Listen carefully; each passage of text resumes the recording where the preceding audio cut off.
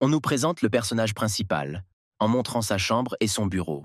Le gars joue à un jeu de RPG même, en utilisant la caméra de son ordinateur portable. Il parle de la stratégie de son jeu, portant d'énormes écouteurs, et son apparence commence à nous le montrer. Son personnage reçoit un nouvel environnement. Une batte de baseball, l'homme aux cheveux bruns lui-même est content d'une telle découverte. Le héros continue d'exprimer ses réflexions sur le jeu, comme s'il diffusait en continu, expliquant sa stratégie. On nous montre l'œil du gars, qui montre qu'un blanc est apparu sur son écran, ce qui le rend clairement choqué par le don qu'il a reçu.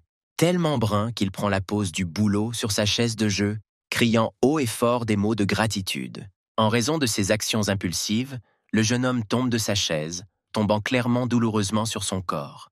Le gars fait délibérément des mouvements si étranges et soudains pour remercier son donateur. Il reçoit des messages de l'utilisateur « le seul » dans le chat. Après quoi, l'homme aux cheveux bruns se rend compte qu'il a perdu. Le héros s'excuse auprès de ses téléspectateurs. Il n'aurait pas dû être aussi distrait par le don. Le personnage principal ne désespère pas, affirmant qu'il a survécu au point de contrôle et qu'il pourra retrouver son expérience. Il atteint le curseur vers le bouton « Renaissance au point de contrôle ». On nous montre l'écran de son moniteur. Le spectateur de One demande si CE serait amusant s'il était le seul spectateur du personnage principal. L'homme aux cheveux bruns est clairement choqué par cette question, car il ne s'y attendait pas du tout de la part du spectateur. Puis on nous annonce enfin le nom du personnage principal, qui s'appelle Harry. Il s'agit bien d'un streamer. Le gars se remet du choc après la question du téléspectateur, souriant doucement. On lui dit de ne pas dire de tels mots. Il s'avère que celui-ci est en réalité le seul spectateur d'Harry. Des messages étranges sont reçus de l'utilisateur, selon lesquels il choisira un homme aux cheveux bruns. Le jeune homme lui-même ne comprend rien non plus. Yeux bleus se demande ce que veut dire le spectateur, puis le remercie simplement. L'homme aux cheveux bruns saute de sa chaise, jetant ses écouteurs après avoir entendu un bruit fort. Le son s'arrête et le gars essaie d'écouter ce qui se passe dans la rue en se taisant. Puis Harry entend à nouveau des bruits forts dans la rue, ce qui le rend clairement de plus en plus anxieux. L'homme aux cheveux bruns ouvre brusquement sa fenêtre pour vérifier la situation dans la rue, visiblement inquiet pour lui-même. Le visage de l'homme aux yeux bleus est éclairé d'une lumière violette, et on voit dans le reflet de ses yeux que quelque chose de terrible se passe. Le personnage principal voit un chaos complet, des bâtiments brûlent. On a l'impression que l'apocalypse est arrivé. Les gens dans la rue courent pour sauver leur vie. L'homme aux cheveux bruns ne comprend pas du tout ce qui se passe. On nous montre deux des moniteurs d'Harry qui se sont éteints, provoquant le choc et l'anxiété du héros lui-même. Le personnage principal touche l'alimentation de son ordinateur et se rend compte qu'il ne fonctionne plus. L'homme aux cheveux bruns a des sueurs froides. Il ne sait pas ce qu'il vaut mieux faire maintenant. Peut-être qu'il devrait sortir. Il enfile sa veste et quitte sa maison, à la recherche de personnes à proximité. En regardant autour d'elle, une fille court à côté de lui à grande vitesse, visiblement paniquée. L'homme aux cheveux bruns court vers elle, lui demande une pétition et veut enfin savoir ce qui se passe. La jeune fille souffre d'un essoufflement sévère. Elle est couverte de sueur froide et le regarde avec un regard vide. La fille aux cheveux bruns a très peur et s'enfuit du gars en criant, clairement alarmée par toute la situation. Aux yeux bleus ne court pas après elle, étant clairement prosternée, tandis que la fille s'enfuit. Soudain, de nombreuses fenêtres apparaissent à côté du héros, comme s'il s'agissait de commentaires du public. En les remarquant, le héros est encore plus choqué. Son visage s'éclaire de la lumière bleue provenant des fenêtres. L'homme aux cheveux bruns crie fort pourquoi il voit ces fenêtres. La situation devient de plus en plus incompréhensible. On nous montre une fenêtre de discussion bleue dans laquelle les téléspectateurs se moquent de la réaction du gars, le qualifiant de drôle. Aux yeux bleus essaie de toucher les vitres, mais il n'y parvient pas. Sa main les traverse. Le public continue de commenter ce qui se passe, tandis qu'une silhouette sombre se dirige vers le héros à l'extérieur de la fenêtre de discussion. Harry est horrifié de voir la patte de la créature qui s'approche de lui. Il n'en croit pas ses yeux. Le zombie lui-même apparaît devant le jeune homme, avec qui le jeune homme s'est battu si longtemps dans les jeux vidéo. Le gars n'en croit pas ses yeux, car avant il ne voyait que des zombies sur l'écran de son PC. Le monstre tente d'attraper l'homme aux cheveux bruns, mais il parvient à l'esquiver, puis le repousse d'un coup de pied. Le joueur regarde le monstre, puis commence à le fuir aussi vite qu'il le peut. Les téléspectateurs continuent de se moquer du héros en écrivant des commentaires qui s'affichent dans les vitrines. L'homme aux cheveux bruns court vers l'ascenseur et appuie sur des boutons au hasard pour s'échapper rapidement, puis court dans l'ascenseur. Dans le reflet de l'œil de l'homme aux yeux bleus, on voit la main du zombie se tendre vers lui et vouloir l'attraper. Ensuite, nous voyons des fragments qui volent dans des directions différentes. Ce qui peut couper le héros. Le monstre franchit la fenêtre derrière l'homme aux cheveux bruns. Le joueur tente de recouvrir son corps des fragments en se couvrant d'une veste. On nous montre de près les yeux de verre du monstre, d'où émane l'horreur. L'homme aux cheveux bruns monte les escaliers aussi vite qu'il le peut, tandis que le monstre le poursuit à la même vitesse. Harry arrive enfin au 7e étage, littéralement au bord de la mort. Le héros se rend compte que les zombies sont trop proches et qu'il doit augmenter la distance qui les sépare. Après avoir parcouru quelques étages supplémentaires, l'homme aux yeux bleus remarque une sortie sur le toit, son salut. Ayant augmenté la distance, il saisit rapidement la poignée de la porte et commence à la tirer. Couvert de sueur froide, l'homme brun se rend compte que la porte est fermée. Les fenêtres de commentaires des spectateurs continuent d'apparaître à mesure que le monstre se rapproche. Le jeune homme ouvre enfin la porte, ce qui ne fait que faire en sorte que le public l'aime davantage. Le gars court rapidement sur le toit, fermant la porte avec son corps, essayant de reprendre son souffle. Harry sort, sa respiration est très lourde. Le joueur espère que cela l'aidera. L'homme aux cheveux bruns essaie de rassembler ses pensées, en réfléchissant à l'ensemble de la situation, tandis que les commentateurs se moquent de lui. Le personnage principal comprend qu'il doit d'abord s'occuper du zombie, car il ne pourra pas le garder ainsi longtemps. Aux yeux bleus envisage de chercher une arme, car il ne pourra certainement pas se protéger à main nue. Le joueur se retourne brusquement, entendant un bruit étrange derrière lui. Un autre zombie se cachait sur le toit et est sorti pour attaquer le jeune homme sans défense. L'homme brun fixe son regard sur lui, visiblement surpris par l'apparition d'un autre monstre. Ce gros zombie s'avère être le propriétaire du personnage principal, qui n'a pas du tout l'air amical. Le héros se rend à nouveau compte qu'il est temps de courir, mais il trébuche ensuite avec son pied sur le bâtiment sur le toit. Harry est renversé par cet énorme zombie. Le jeune homme a des sueurs froides, tandis que les commentateurs rient à nouveau. Alors que l'homme aux cheveux bruns essaie de ne pas mourir dans les griffes du monstre, le spectateur remarque une boîte de fourniture derrière lui. Yeux Bleu fait également attention à lui, essayant de repousser l'énorme carcasse loin de lui. Soudain, le zombie ouvre la bouche pour mordre le gars, mais il parvient à le combattre avec son pied. Après avoir renversé la créature sur le dos, le héros fixa son regard sur la boîte contenant les fournitures auxquelles il voulait tant accéder. Mais l'ancien propriétaire de la maison ne perd pas une minute et tente à nouveau de s'en prendre au jeune homme. Cela énerve clairement Harry. Le gars essaie de ne pas devenir fou alors qu'il est entouré de monstres partout. L'homme aux cheveux bruns pousse le gros homme avec son dos, essayant de se protéger de ses morsures. Mais le personnage principal lui-même ne réalise pas comment il jette un zombie du toit avec sa poussée. L'homme s'envole déjà vers le bas. Le monstre se retourne vers le gars. Alors qu'il volait vers le sol, il n'a pas eu longtemps pour voler. Le joueur a transpiré à cause des efforts qu'il a déployés pour survivre. Le gars s'assoit juste pour reprendre son souffle lorsque la porte du couloir derrière lui s'ouvre à nouveau. Les zombies s'efforcent de ramper hors de la porte légèrement ouverte, tendant la main vers la victime. Il y a environ 3 monstres derrière les portes. Voyant cette photo, le héros demande s'il se moque de lui. Harry recule. Voyant plusieurs monstres devant lui, il se fige de la peur qu'il ressent. Après avoir heurté quelque chose avec son pied, l'homme aux cheveux bruns se rend compte qu'il s'agit du même coffre contenant des fournitures qu'il a vues. Aux yeux bleus se souvient que dans la conversation, ils avaient écrit qu'il y avait un coffre à côté de lui. Le jeune homme sourit enfin, car au moins quelque chose de bien lui arrive durant cette journée difficile. Lors de l'ouverture du coffre, un flux de lumière vive éclaire le personnage principal, ainsi que les zombies qui tentent de franchir la porte. Il y a une chauve-souris dans la boîte de ravitaillement. Les commentateurs félicitent le héros pour avoir reçu sa première arme. Mais les zombies n'attendent pas et, en une seconde, ils s'infiltrent par la porte qui mène au toit. Harry prend immédiatement la batte dans ses mains, se préparant à se défendre contre les créatures qui courent vers lui. L'homme aux cheveux bruns se souvient de toutes ses expériences dans les jeux de zombies, déterminé à gagner. Yeux bleus sourit, se préparant à tuer ses adversaires, car il a enfin une arme. Le personnage principal dit que la fin de ce monde n'est qu'un jeu pour lui et s'attaque au monstre avec une batte. Le joueur brandit sa batte sur la foule de monstres, visiblement prêt pour la bataille qui l'attendait. Harry mène un combat épique contre des zombies, balançant sa batte si fort que l'on peut voir l'air circuler. Mais à un moment donné, les forces du gars s'épuisent. La scène cesse d'être aussi épique et les mouvements du jeune homme s'affaiblissent. Bien que l'homme aux cheveux bruns ait confiance en lui dès le début, Il ne sait pas du tout se battre, balançant une batte devant lui. Les commentateurs remarquent également que le héros ne sait pas du tout se battre. Certains le ridiculisent, d'autres le soutiennent. Aux yeux bleus se rend compte lui-même qu'il ne peut pas balancer la batte, le gars se protège simplement des morsures. Soudain, alors qu'il se défendait, un zombie est arrivé derrière lui et a tenté de le mordre alors qu'il était trop vulnérable. Le personnage principal comprend qu'il est temps de s'enfuir.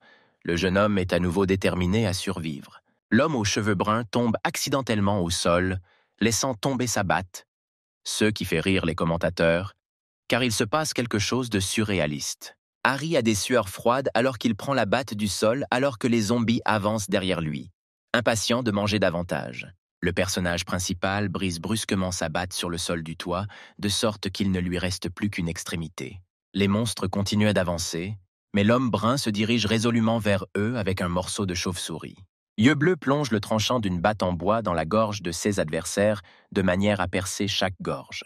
On nous montre un gros plan des zombies eux-mêmes, et comment exactement le jeune homme leur a mis une chauve-souris dans la gorge. Le gars lui-même transpirait déjà à cause de tout le stress qu'il avait vécu. On nous montre également un commentaire d'une personne mystérieuse qui ne s'attendait pas à cela de la part du héros. Nous nous retrouvons à nouveau dans l'appartement d'Harry, on nous montre ses moniteurs éteints, ce qui signifie que l'électricité ne sera plus connectée. Sous les commentaires faisant l'éloge de l'homme aux cheveux bruns, le joueur lui-même fouille dans son placard à la recherche de quelque chose. Le personnage principal comprend que le téléphone et l'ordinateur ne fonctionneront malheureusement pas normalement. Le personnage mystérieux réapparaît sous forme de commentaires, demandant à l'homme aux yeux marrons ce qu'il va faire cette fois-ci. L'homme aux cheveux bruns prend un sac à dos avec lui, avec l'intention de se rendre chez ses parents pour connaître la situation avec eux. On nous montre les clés dans les mains du gars, ce qui crée une intrigue. A-t-il vraiment une voiture? Ça aiderait beaucoup. La ville se vide, la rue est calme, il n'y a personne. Seul le bruit du moteur que conduit le joueur peut être entendu. Harry s'avère avoir un cyclomoteur sur lequel il se rend chez ses parents. Le public discute déjà vigoureusement de toutes ses actions. Aux yeux bleus est très tendu, car il n'y a presque plus d'essence.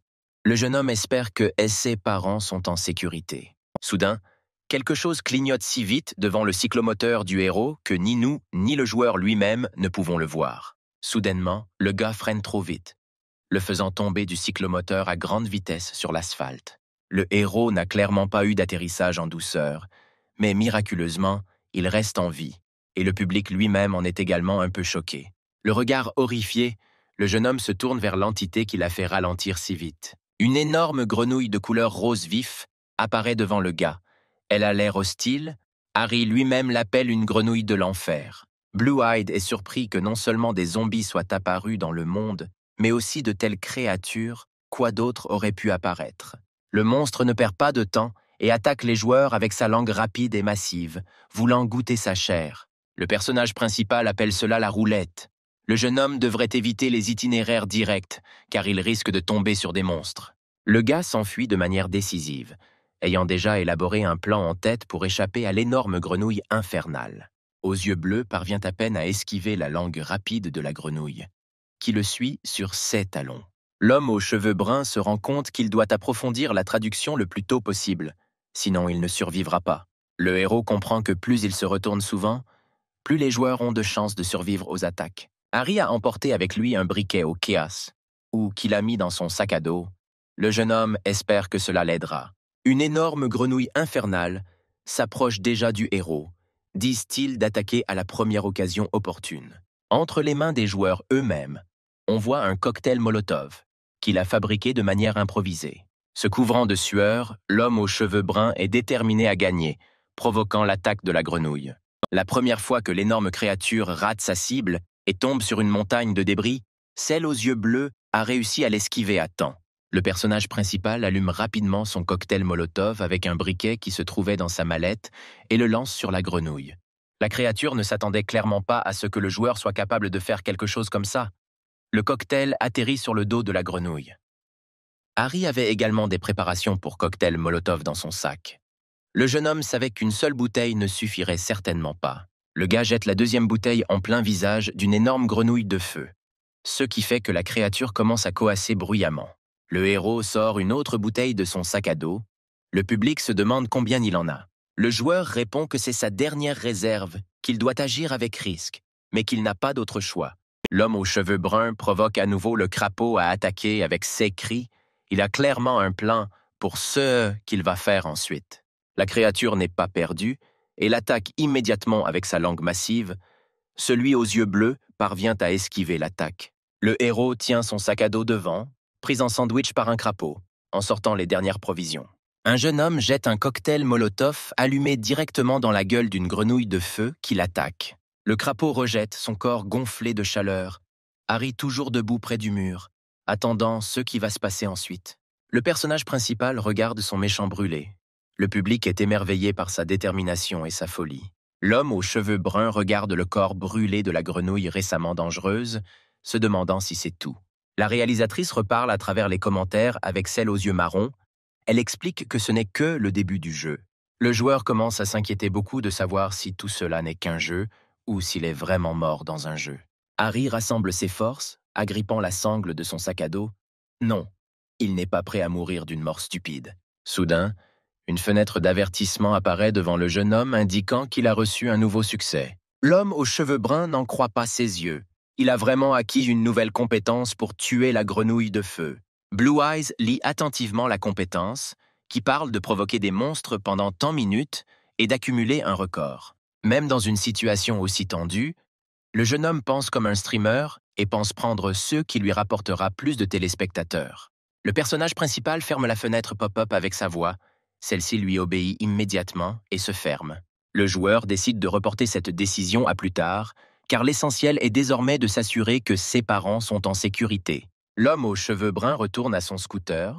Celui-ci s'avère détruit en 1000 morceaux grâce à un énorme crapaud de feu. Harry décide de marcher jusqu'à la maison de ses parents, espérant qu'ils soient en sécurité tout en se promenant dans la ville déserte. Le personnage principal a des sueurs froides à cause de ce qu'il voit devant lui. Il ne se sent clairement pas bien. La maison des parents du jeune homme a l'air délabrée. Le public en rit aussi, mais maintenant le temps n'est plus aux blagues. Le choc est passé, et l'homme aux cheveux bruns fait irruption dans son ancienne maison en criant à ses parents, en espérant qu'ils soient en sécurité. Le héros commence à crier plus activement, car ses nerfs sont déjà à bout. Il ne suffisait pas que ses parents souffrent aussi. 166. Yeux bleus fouille la maison, entre dans différentes pièces et continue de crier à ses parents. Après avoir littéralement tout fouillé, le gars se rend finalement compte qu'il n'y a pas de parents dans la maison. Au moins, il ne meurt pas. Le jeune homme est très nerveux, et les commentaires des spectateurs qui se moquent de lui ne l'aident pas du tout. Nous apprenons un fait intéressant. Les parents d'Harry écrivent tout, ce qui signifie qu'il doit y avoir des indices quelque part quant à l'endroit où ils peuvent les trouver. En regardant autour de lui, le joueur ne trouve aucun indice que ses parents auraient laissé. Il commence clairement à sombrer dans le désespoir. L'homme aux cheveux bruns se souvient soudain de sa chambre. Peut-être que ses parents y ont laissé un indice. En arrivant dans sa chambre, le gars aperçoit un morceau de papier sur son bureau que l'homme aux yeux bleus ramasse. La note précise que les parents du jeune homme sont partis avec un détachement de soldats, alors qu'ils rédigeaient leur division. Harry est horrifié après avoir lu ce qui a été écrit. Sont-ils vraiment déjà partis? Le gars est pris de choc dans tout son corps. Il n'arrive pas à croire que ses parents soient partis dans l'armée de la division 7.5, Est-ce vraiment une sorte de division spéciale? On nous montre en gros plan la réaction du personnage principal à ce qu'il a lu. Il mentionne à nouveau la division 7, 5. C'est peut-être vraiment dangereux pour les parents. Le public pensait que les parents avaient abandonné leur fils. Car pourquoi ne l'avaient-ils pas attendu? Ils auraient pu partir ensemble. Harry comprend que quelque chose n'est pas pur ici. Il dit à voix haute que toute cette situation est très stressante pour lui. L'homme aux cheveux bruns connaît son père, et l'homme ne serait pas parti le premier, ce qui signifie que quelque chose ne va pas avec cette note. Aux yeux bleus continue de penser que tout ce qui lui arrive n'est qu'un jeu. Ses pensées sont claires. S'il s'agit d'un jeu, alors l'intrigue est écrite ici, ce qui signifie que cette note fait partie de l'intrigue que le joueur devra parcourir. Le héros comprend qu'il lui faudra être patient pour retrouver ses parents, partis dans l'armée. En fouillant les étagères, le jeune homme tombe dans la cuisine sur plusieurs boîtes de thon laissées par ses parents. Même le public remarque à quel point le gars est calme, car il vient d'apprendre la disparition de ses parents. Après avoir fouillé toute la cuisine et trouvé d'autres boîtes de thon, Harry décide de se préparer à manger et de sortir à nouveau. On nous montre son ancienne maison, qui a l'air plutôt convenable. Le brun pose le thon qu'il a trouvé sur la table. Blue Eyes réalise à nouveau dans quelle position il se trouve. Demandant s'il y a des zombies dans la maison, il devrait l'inspecter. Le gars va au couteau dans sa cuisine, prenant leur stand, le plus grand de la maison. Ensuite, on nous montre à nouveau la décoration de la maison. Elle a vraiment l'air cosy, mais l'apocalypse l'a clairement frappé. Le héros se tient avec un couteau, attendant l'inattendu. Le joueur entend des bruits étranges derrière lui et le jeune homme a des sueurs froides de peur. Le héros se rend compte qu'il s'agit d'un bruissement extérieur et court déjà vers l'étrange bruissement qui ne s'arrête pas. L'homme aux cheveux bruns ouvre immédiatement la fenêtre pour découvrir de quoi il s'agit et se protéger du danger. Soudain, la main tachée d'un zombie se tend déjà vers lui, essayant de l'attraper puis de le mordre. Harry ne s'attendait pas à une telle tournure des événements. Le monstre l'attrape par le bas de sa veste, pendant que le gars essaie de savoir quoi faire ensuite. Le joueur ne perd pas une minute, commençant à balancer son couteau vers la main du monstre pour qu'il lâche enfin celui aux yeux marrons. Le jeune homme ferme rapidement la fenêtre après avoir réussi à blesser le zombie. Le héros a clairement peur. Harry essaie de reprendre son souffle, mais en est empêché par une notification soudaine concernant la compétence. L'homme aux cheveux bruns se rend compte plus tard qu'il ne s'agit pas seulement d'une fenêtre d'avertissement, mais d'une compétence qui a fonctionné grâce à ce zombie qu'il a blessé. Le héros recommence à apprendre la compétence qu'il a reçue après la bataille avec le monstre. Cette compétence fait de lui un appât pendant tant minutes, mais en même temps, il acquiert plus d'expérience. Blue Eyes prend résolument le marteau en main, avec l'intention de mettre cette compétence en pratique dès maintenant. Le temps qu'il fait à l'extérieur de la fenêtre décrit avec précision toute l'horreur qui se passe dans le monde. Des nuages rouges du coucher du soleil ont rempli le ciel. Soudain, quelqu'un a commencé à frapper de toutes ses forces à la porte d'entrée de la maison du protagoniste, si fort que le son pouvait être entendu dans toute la maison.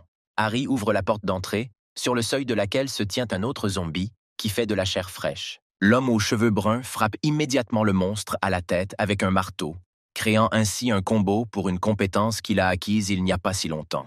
Le héros continue de frapper le monstre à la tête et le sang commence à jaillir sous les coups du jeune homme. Blue Eyes ouvre à nouveau la porte d'entrée pour se débarrasser des zombies, augmentant ainsi à nouveau les bonus de la compétence. Le jeune homme écrase alors le pot sur la tête du monstre avec une telle force que le pot se brise sur la tête du zombie. Harry ne perd pas une minute, continuant à fracasser la tête des monstres tout en réalisant des combos de compétences. Le héros n'arrête pas sa frénésie meurtrière, récoltant jusqu'à 5 railleries en très peu de temps. L'homme aux cheveux bruns ne cesse de répéter et de répéter le suivant, sans cesser de tuer des zombies. Même les spectateurs sont étonnés de son habileté. On nous montre une image où le personnage principal a déjà tué une bande de monstres, s'excusant d'avance auprès de ses parents pour le désordre. Le héros vérifie à nouveau son habileté. Notant qu'il travaillera encore une minute, l'homme aux cheveux bruns est un peu déçu de n'avoir réussi à tuer que 7 monstres. Puis, Yeux Bleus entend des bruissements dans la cuisine, soupçonnant à nouveau qu'il s'agit peut-être d'un zombie. Le joueur décide de poursuivre son combo pour en tirer le meilleur parti en se dirigeant prudemment vers la cuisine.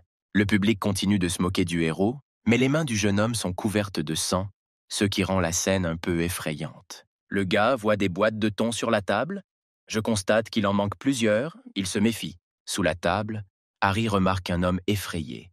Le héros lui-même est couvert de sang, et aussi avec un marteau dans les mains, qui est également taché de sang. Ensuite, on nous montre comment quelqu'un dit quelque chose de délicieux dans la cuisine, tout en remuant un plat dans une poêle. On voit le dos de l'homme qui se cachait sous la table du personnage principal.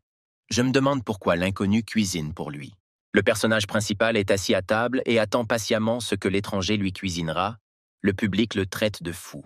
Yeux Bleus appelle soudain l'étranger son frère, puis se demande s'il peut même appeler un gars comme ça. L'homme aux cheveux bruns se souvient de tous ceux avec qui il a dû se battre, disant qu'il mangerait n'importe quoi. Le joueur fait également savoir au gars que si quelque chose le menace, le jeune homme ne restera pas les bras croisés. Mais l'inconnu ne prête pas beaucoup d'attention aux conversations du protagoniste, disant au jeune homme de manger. Harry rougit involontairement devant un tel geste, tandis que le public est perplexe face à cette tournure des événements. Le jeune homme admet qu'il travaillait comme cuisinier avant le début de l'apocalypse zombie. L'homme aux cheveux bruns reproche à l'homme aux cheveux longs d'avoir dû combattre autant de zombies amenés par l'ancien cuisinier. On nous montre comment le gars s'est excusé auprès des joueurs pour s'être faufilé dans la maison du jeune homme et avoir amené des zombies. Le héros admet que l'ancien chef est un très bon cuisinier, puis annonce qu'il va bientôt quitter la maison. Celui aux cheveux longs en est un peu surpris, mais invite ensuite celui aux yeux bleus à poursuivre son voyage avec lui. L'ancien cuisinier affirme que le point d'évacuation est situé à proximité de son lieu de travail et que Brown pourra y trouver suffisamment d'informations. En mangeant ce que sa nouvelle connaissance a préparé, Harry pense qu'il ne sait pas du tout de l'endroit dont parle le jeune homme. Aux yeux bleus pense que sa nouvelle connaissance est un PNJ qui le guidera plus loin dans l'intrigue. Le héros accepte la proposition du cuisinier, apprenant qu'il s'appelle Chester. Chester lui-même est un cadeau pour l'homme aux cheveux bruns pour l'accompagner. Harry suggère de commencer à se préparer pour l'école, où se trouve un point d'évacuation. Ce que l'homme aux cheveux longs accepte. Le joueur évoque le vélo sur lequel sa connaissance est arrivée, mais le cuisinier affirme qu'il a abandonné le véhicule alors qu'il était poursuivi. Le personnage principal paie à l'avance pour faire du vélo, mais le couple devra ensuite emporter quelques affaires. Chester est d'accord, mais avant cela, il décide de vérifier la zone à la recherche de zombies, tandis que l'homme aux cheveux bruns marche dans l'autre sens. Le joueur met dans son sac un foutu marteau qu'il a utilisé il n'y a pas si longtemps. Alors qu'ils préparent leur équipement, Blue Eyes entend quelque chose à l'extérieur de la maison de leurs parents. Le son s'intensifie et l'homme aux cheveux bruns se contracte à cause du son trop fort, commençant à s'inquiéter pour son camarade. Couvert de sueur froide, Harry court dehors, réalisant qu'il s'agit du cri de Chester, à qui quelque chose est clairement arrivé. En sortant dans la rue, le héros est saisi d'une horreur silencieuse. Au début, il ne peut pas bouger en restant immobile. On nous montre comment un énorme monstre essaie de manger le cuisinier, le poussant dans sa bouche pendant que le gars crie. Aux yeux bleus n'arrive toujours pas à se remettre du choc, se demandant ce qui se passe ici. Longer appelle désespérément Harry pour qu'il puisse l'aider d'une manière ou d'une autre, mais le monstre le rapproche de plus en plus de sa bouche. Un flot de pensées tourne dans la tête de l'homme aux cheveux bruns. Il ne sait pas exactement comment il peut aider son ami. Le public dit que le jeune homme doit faire au moins quelque chose de toute urgence. Réalisant cela, le héros s'en va. Le personnage principal prend le vélo, se dirige dans la direction opposée au monstre, remarquant que celui aux cheveux longs ne crie plus. L'homme aux cheveux bruns se tourne vers le monstre alors qu'il est pressé de lui échapper. Mais l'habileté et la provocation du jeune homme agissent sur l'énorme monstre. C'est pourquoi le regard du monstre est dirigé uniquement vers le gars. Remarquant cela, l'homme aux yeux bleus augmente sa vitesse et commence à pédaler de plus en plus activement. Ensuite, nous voyons le géant courir très rapidement après l'homme aux cheveux bruns, provoquant le choc et le couvert de sueur de l'homme lui-même. Harry accélère et accélère, réalisant que sa vie en dépend. Le jeune homme ne sait pas comment combattre ce monstre. Soudain, l'homme aux yeux bleus remarque sur son chemin le vélo dont Chester a parlé dans sa story. Le héros se rend compte qu'il s'agit du vélo de son ami, après quoi 2 autres zombies se trouvant à proximité réagissent à la compétence. Blue Eyes jette son vélo, commençant à atteindre le vélo, en espérant que les clés sont toujours dedans. En tirant la poignée qui contrôle l'essence, l'homme brun se rend compte que le moteur tourne toujours. Heureusement pour lui, Harry échappe à tous les monstres qu'ils poursuivent. Les téléspectateurs commentent également cela comme n'étant pas une bonne chose. L'homme brun roule à toute vitesse, mais l'énorme monstre ne le quitte pas. Le jeune homme veut se débarrasser du géant au plus vite. Le personnage principal se souvient à nouveau de Chester, essayant de se détacher du monstre le plus rapidement possible. Mais le géant se rapproche de plus en plus du joueur, ne lui laissant quasiment aucune chance de salut, se déplaçant de plus en plus vite. On voit alors tout le monde évacuer vers l'école primaire. C'est ce dont parlait le poil long. Les gens ont clairement peur. L'homme prend le policier par la manche. On dit que Chester n'est pas encore revenu. C'est probablement son patron. Le policier suppose que le type est déjà mort et demande aux citoyens de se cacher à l'intérieur le plus rapidement possible. Le patron est visiblement à cran, il se met à crier, suppliant le flic d'attendre au moins encore un peu. L'un des ouvriers dit à l'homme qu'il vaut mieux rentrer à l'intérieur, car ce sera mieux pour tout le monde. Ensuite, vous voyez le vélo qui appartenait à l'homme aux cheveux longs qui se rendait à l'école. Les ouvriers et le policier tournent leur attention vers le boom de la moto, se tournant vers le bruit. Un homme aux cheveux bruns apparaît devant nous, s'arrêtant juste devant toute la foule. Le patron comprend qu'il s'agit du vélo de son ouvrier, mais il ne voit pas Chester lui-même derrière. Yeux bleus transpire d'avoir été pourchassé, cherchant un abri qu'il a finalement trouvé. Un groupe de personnes debout près de l'école s'est rassemblé autour d'un objet que le personnage principal avait amené en laisse. Les citoyens tentent de comprendre de quoi il s'agit, en supposant qu'il s'agit d'un cadavre, tandis que l'homme aux cheveux bruns regarde de côté le même objet. Le joueur descend du vélo, tandis que les commentateurs plaisantent à nouveau sur lui, le traitant d'avide d'attention. Le patron demande à l'homme aux yeux bleus où est Chester. Harry est surpris que l'homme connaisse son camarade. Puis le jeune homme annonce que le gars est mort. L'homme a des sueurs froides, ne croyant pas 16 paroles. L'homme aux cheveux bruns répond qu'il est lui-même un peu occupé et qu'il ne pourra pas répondre à toutes les questions que l'homme se pose. Le héros demande qui commande et le policier sort de son état d'esprit en marmonnant quelque chose. Ensuite, le chef du département de sécurité des transports lui-même se présente vers le gars en l'appelant par son nom, Léon. Le personnage principal se présente, puis le chef du service se dit impressionné par le doigt du monstre. L'homme aux cheveux bruns est surpris que Léon connaisse déjà le monstre. Mais l'homme ne veut plus parler de lui, car le géant a tué beaucoup de ses camarades. Mais l'homme aux cheveux gris se demande encore ce qui est arrivé exactement à ce géant qui lui faisait tant peur. Yeux Bleu dit avec fermeté et confiance qu'il a été capable de gérer cela tout seul. Le chef du département, ainsi que toute la foule derrière lui, sont choqués de voir à quel point le gars a pu gérer seul le géant. Nous sommes alors transportés dans le passé, où le monstre poursuit le héros, qui propose à ce moment-là un marché au public. Harry parle d'essayer de tuer le géant, tandis que le public est choqué qu'on lui propose un accord. Yeux Bleus se tourne vers le monstre, en sueur d'avoir été pourchassé si longtemps. Ensuite, le jeune homme sourit mystérieusement, disant qu'il a apparemment mis sa vie en jeu dans le cadre de cet accord. Le géant accélère le pas, il en a déjà marre de courir après le mec, le monstre veut s'en occuper au plus vite. Mais le personnage trébuche sur un lampadaire, s'y cognant avec toute la sévérité, sans se rendre compte de l'interférence. Le monstre lui-même est trop en colère pour prêter attention au fait qu'il y a au moins quelques obstacles sur son chemin. Il continue de piétiner l'asphalte avec ses grands pieds, il s'en fiche de la douleur. Harry se rend compte que le géant le suit simplement aveuglément, tandis que le jeune homme tente de toutes ses forces de se détacher de lui. Blue Eyes demande au public de lui accorder une faveur en échange du fait que le gars tue le monstre. Pendant que la poursuite continue, le public considère la proposition du protagoniste et n'est pas désireux de lui rendre service. L'homme aux cheveux bruns pose une condition. Soit il tue le monstre et le public lui rend service, soit le jeune homme meurt. Le public accepte toujours le pari du héros, même l'utilisateur portant le surnom est le seul dans l'affaire. Ayant des sueurs froides, le joueur sourit en regardant les commentaires, empli de détermination. Après quoi, Harry accélère fort, s'approchant du tunnel sur son vélo, essayant de mettre en œuvre son plan. Le monstre ne fait pas attention à l'immense arche qui se dresse juste en face de lui et court après le héros. Le brun, déjà confiant dans sa victoire, dit au public qu'il devra tenir sa promesse. Même lorsque l'arc apparaît directement devant le front du géant, il continue de ne pas le remarquer. Nous voyons alors un plan du monstre voler en arrière, faisant jaillir du sang autour de lui. Le géant est projeté contre l'arche, son corps vole dans les airs, il y a du sang partout, qui appartient au monstre.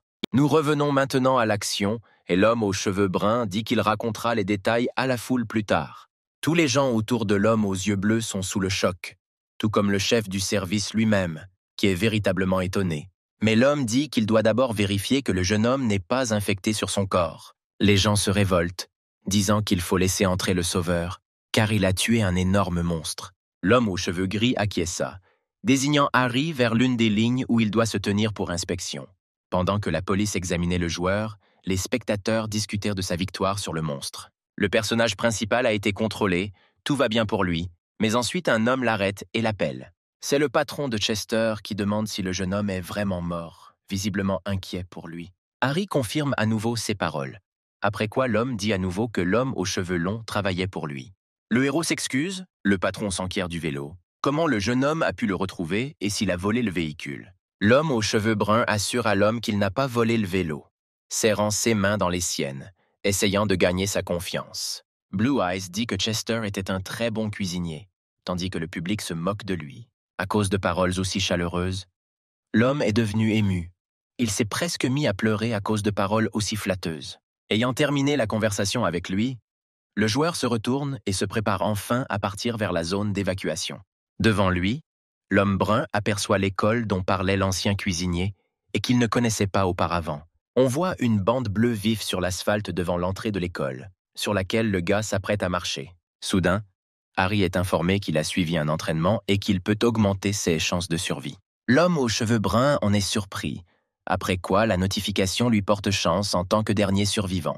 Aux yeux bleus tourne la tête. C'était vraiment juste un entraînement. Il a enduré tellement de choses. Le personnage principal s'enfonce plus profondément dans le bâtiment sous les commentaires des spectateurs qui n'en reviennent pas. Le type ouvre d'un seul mouvement brusque l'une des portes de l'école qui se trouve devant lui. Le joueur dit qu'il veut parler au seul qui se trouve devant le bureau ouvert. Le public ne comprend pas de quoi parle le jeune homme, essayant de savoir ce qui se passe et ce qui se passe. Avec une expression déterminée sur le visage, Harry lui rappelle que cet utilisateur a accepté de lui rendre service. L'utilisateur sous le pseudo est le seul à demander si le héros veut lui parler. Son identité est un mystère. L'homme aux cheveux bruns répond positivement. Le gars exige de lui parler de quelque chose qui aurait dû lui être dit auparavant. Le reste des spectateurs s'est rebellé, car celui aux yeux bleus ne les respecte pas, après quoi le seul leur demande de se calmer. Le héros transpire en disant qu'il ne comprend pas du tout ce qui se passe. Le public le traite encore une fois d'idiot. Couvert de sueur froide, celui aux yeux bleus impute son adaptation à ce cours des événements à l'instinct du streamer. Le public continue de discuter vigoureusement des termes du jeu, car si Harry gagne, il pourra reconstruire le monde à sa propre discrétion. Le personnage principal veut encore une fois autant d'explications que possible, mais le seul dit que maintenant le jeune homme devrait s'inquiéter du monde dans lequel il se trouve désormais. Le seul explique les règles de ce jeu en disant qu'il s'agit d'un jeu superposé à la réalité et que le brun est le seul joueur. Aux yeux bleus se prosterne, réalisant qu'il est le seul à pouvoir communiquer avec le public. Le joueur continue de se demander comment fonctionne ce jeu. Chester n'était que nous, comme il le soupçonnait. The One dit que si Harry ne peut pas battre ce jeu, alors tout restera tel qu'il est maintenant. L'homme aux cheveux bruns commence à s'inquiéter encore plus, éclatant de sueur froide, demandant qui est celui-là. Le héros se tourne sur le côté, posant la question de savoir qui il est maintenant. Quelqu'un qui ressemble à un dieu. Le gars voit son reflet dans la porte de la classe, qu'il a ouverte il n'y a pas longtemps, essayant de regarder de plus près la silhouette. En concentrant son regard, le jeune homme se voit dans le reflet de ses yeux, visiblement sous le choc. L'utilisateur sous le pseudo est le seul à se moquer un peu du personnage principal, le qualifiant de drôle. Dans le reflet de ses yeux, l'homme brun voit son propre visage, voit à quel point il est perdu. Le seul dit qu'avant, tous les personnages des jeux auxquels il jouait ont interrogé le jeune homme à ce sujet. Le mystérieux utilisateur dit à l'homme aux cheveux bruns qu'il aime ce gars et qu'il n'a donc rien à craindre. The One dit au gars de se battre de toutes ses forces, ce qui donne des sueurs froides au gars aux yeux bleus. Harry réalise soudain qu'il peut utiliser une fenêtre d'information qui lui était auparavant inaccessible. En ouvrant la fenêtre d'information, l'homme aux yeux bleus apprend que si le chef de la police est mort, alors l'école ne sera pas sûre. Ensuite, on nous montre l'école elle-même et un grand nombre de personnes se précipitant pour évacuer le plus rapidement possible. On nous montre une clôture qui garantit aux gens au moins une certaine sécurité contre les créatures extérieures. L'homme aux cheveux bruns, derrière toute la foule, commence à regarder autour de lui, comme le reste des personnes arrivées au point d'évacuation. Nous voyons un groupe d'hommes construire quelque chose qui ressemble vaguement à une immense clôture ou à un bouclier. La plupart des gens aident le chef de la police à rétablir l'ordre dans le quartier de l'école en démontant la plupart des choses. Le brouhaha commence.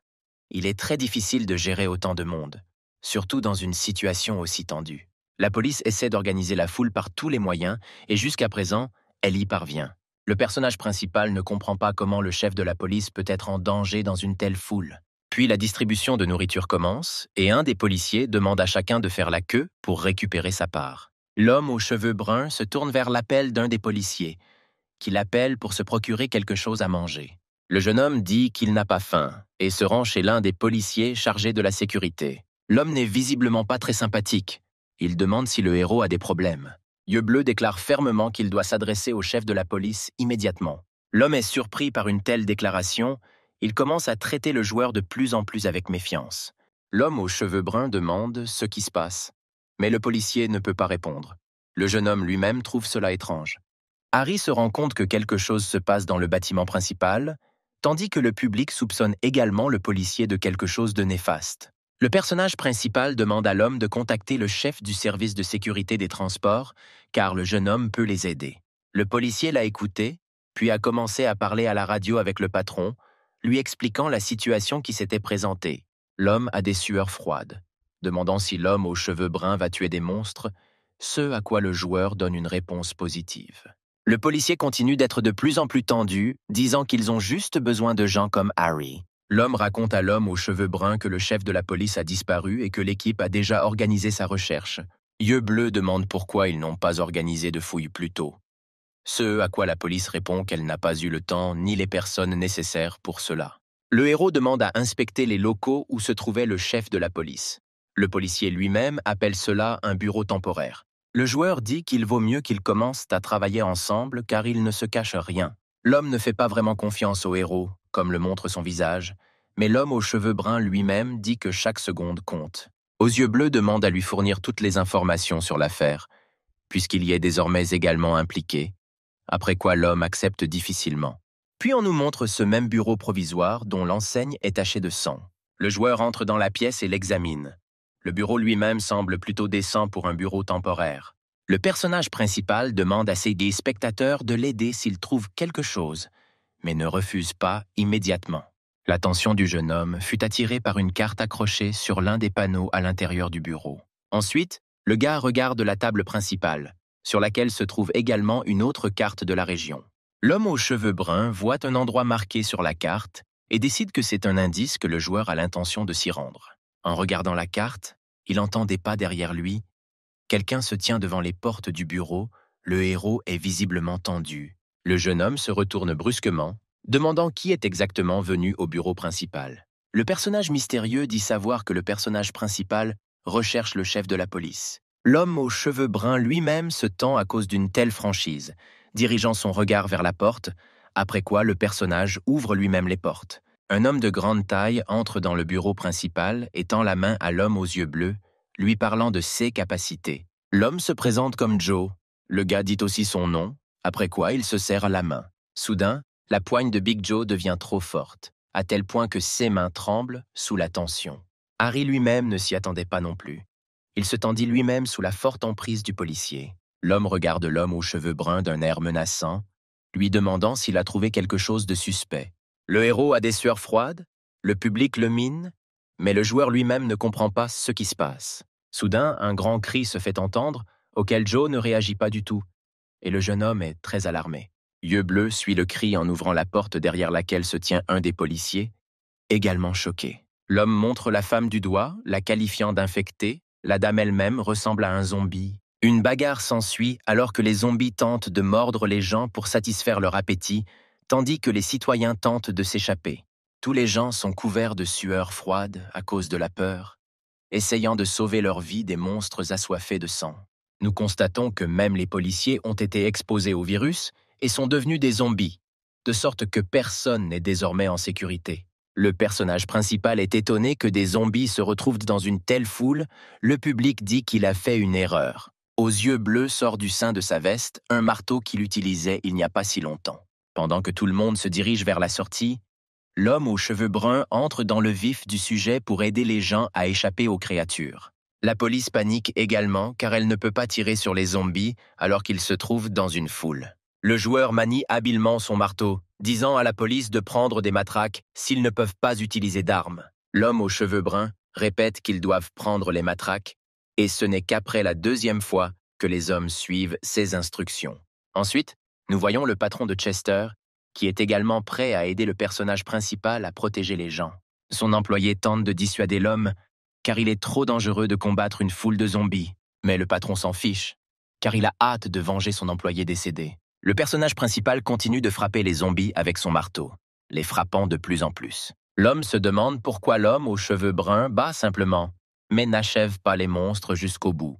Le patron a des sueurs froides et commence à se demander si le gars n'a pas des intentions cachées. Rejetant ses pensées, l'homme achève tous les zombies que l'homme aux yeux bleus a assommés. La police a écouté le héros et, prenant des matraques, a commencé à battre les monstres de tous côtés, leur cassant la tête. L'homme aux cheveux bruns n'est pas non plus en reste, infligeant des dégâts à chaque monstre qu'il rencontre sur son passage avec un marteau. et le patron de Chester achève les créatures derrière lui avec sa poêle à frire, essayant de venger son employé bien-aimé. Les gens tentent de s'enfuir, mais la porte principale est fermée et la police elle-même ne laisse pas entrer les citoyens. Blue-Eyed comprend que la police elle-même a été impliquée dans cette affaire et que les zombies ne se sont pas faufilés de l'extérieur. L'homme aux cheveux bruns est en colère contre sa situation, qui se produit actuellement, se rendant compte que quelqu'un a délibérément laissé entrer les zombies. Le public est également perplexe. Il croit que c'était Joe, mais le héros lui-même croit que l'un des policiers est devenu fou. Harry range son marteau dans sa veste et décide de retrouver le chef de la police au plus vite.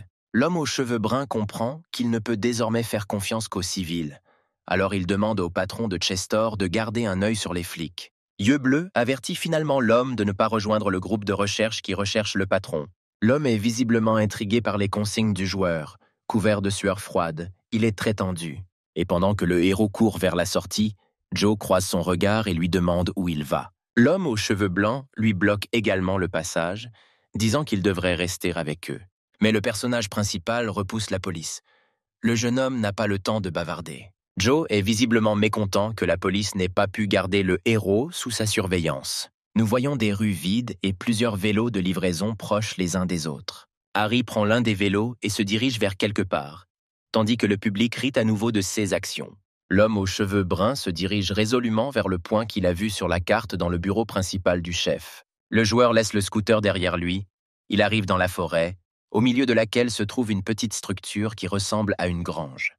On nous montre un gros plan du bâtiment lui-même, qui est apparemment en métal. En regardant par les fenêtres, l'homme aux yeux bleus se rend compte qu'il n'y a personne à l'intérieur, ce qui lui paraît un peu suspect. Le héros remarque des traces de pas sur le sol, passe sa main dessus et se rend compte qu'il y avait des dizaines de personnes ici. Harry se demande s'il s'agissait vraiment de personnes, tandis que le public se moque encore de lui.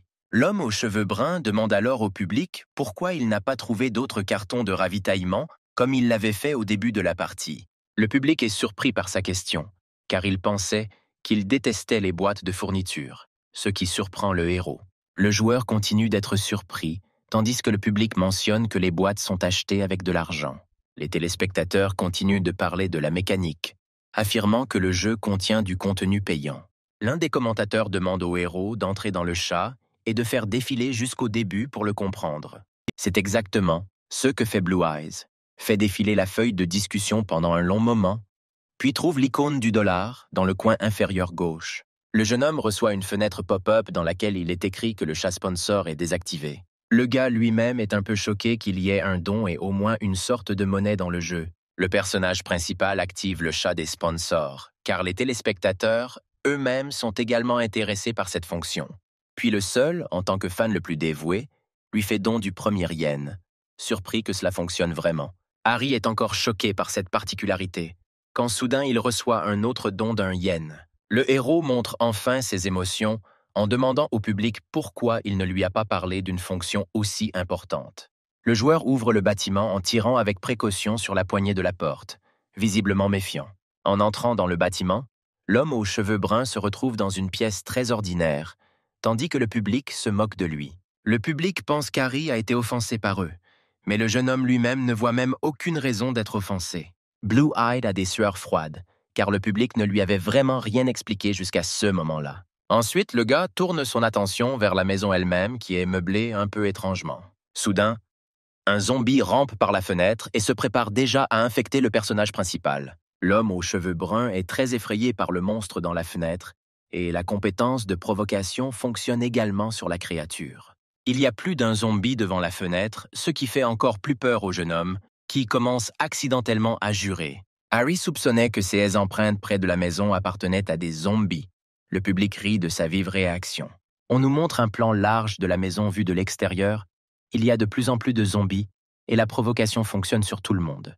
L'homme brun ne perd pas de temps et brise déjà la tête d'un des monstres avec sa botte. Les zombies sont un peu effrayés par un mouvement aussi brusque, mais la provocation fonctionne sur tous. Le joueur commence à détruire ces créatures avec un marteau, en commençant à les frapper à la tête. Le public aide également l'homme aux yeux bleus, l'avertissant du danger.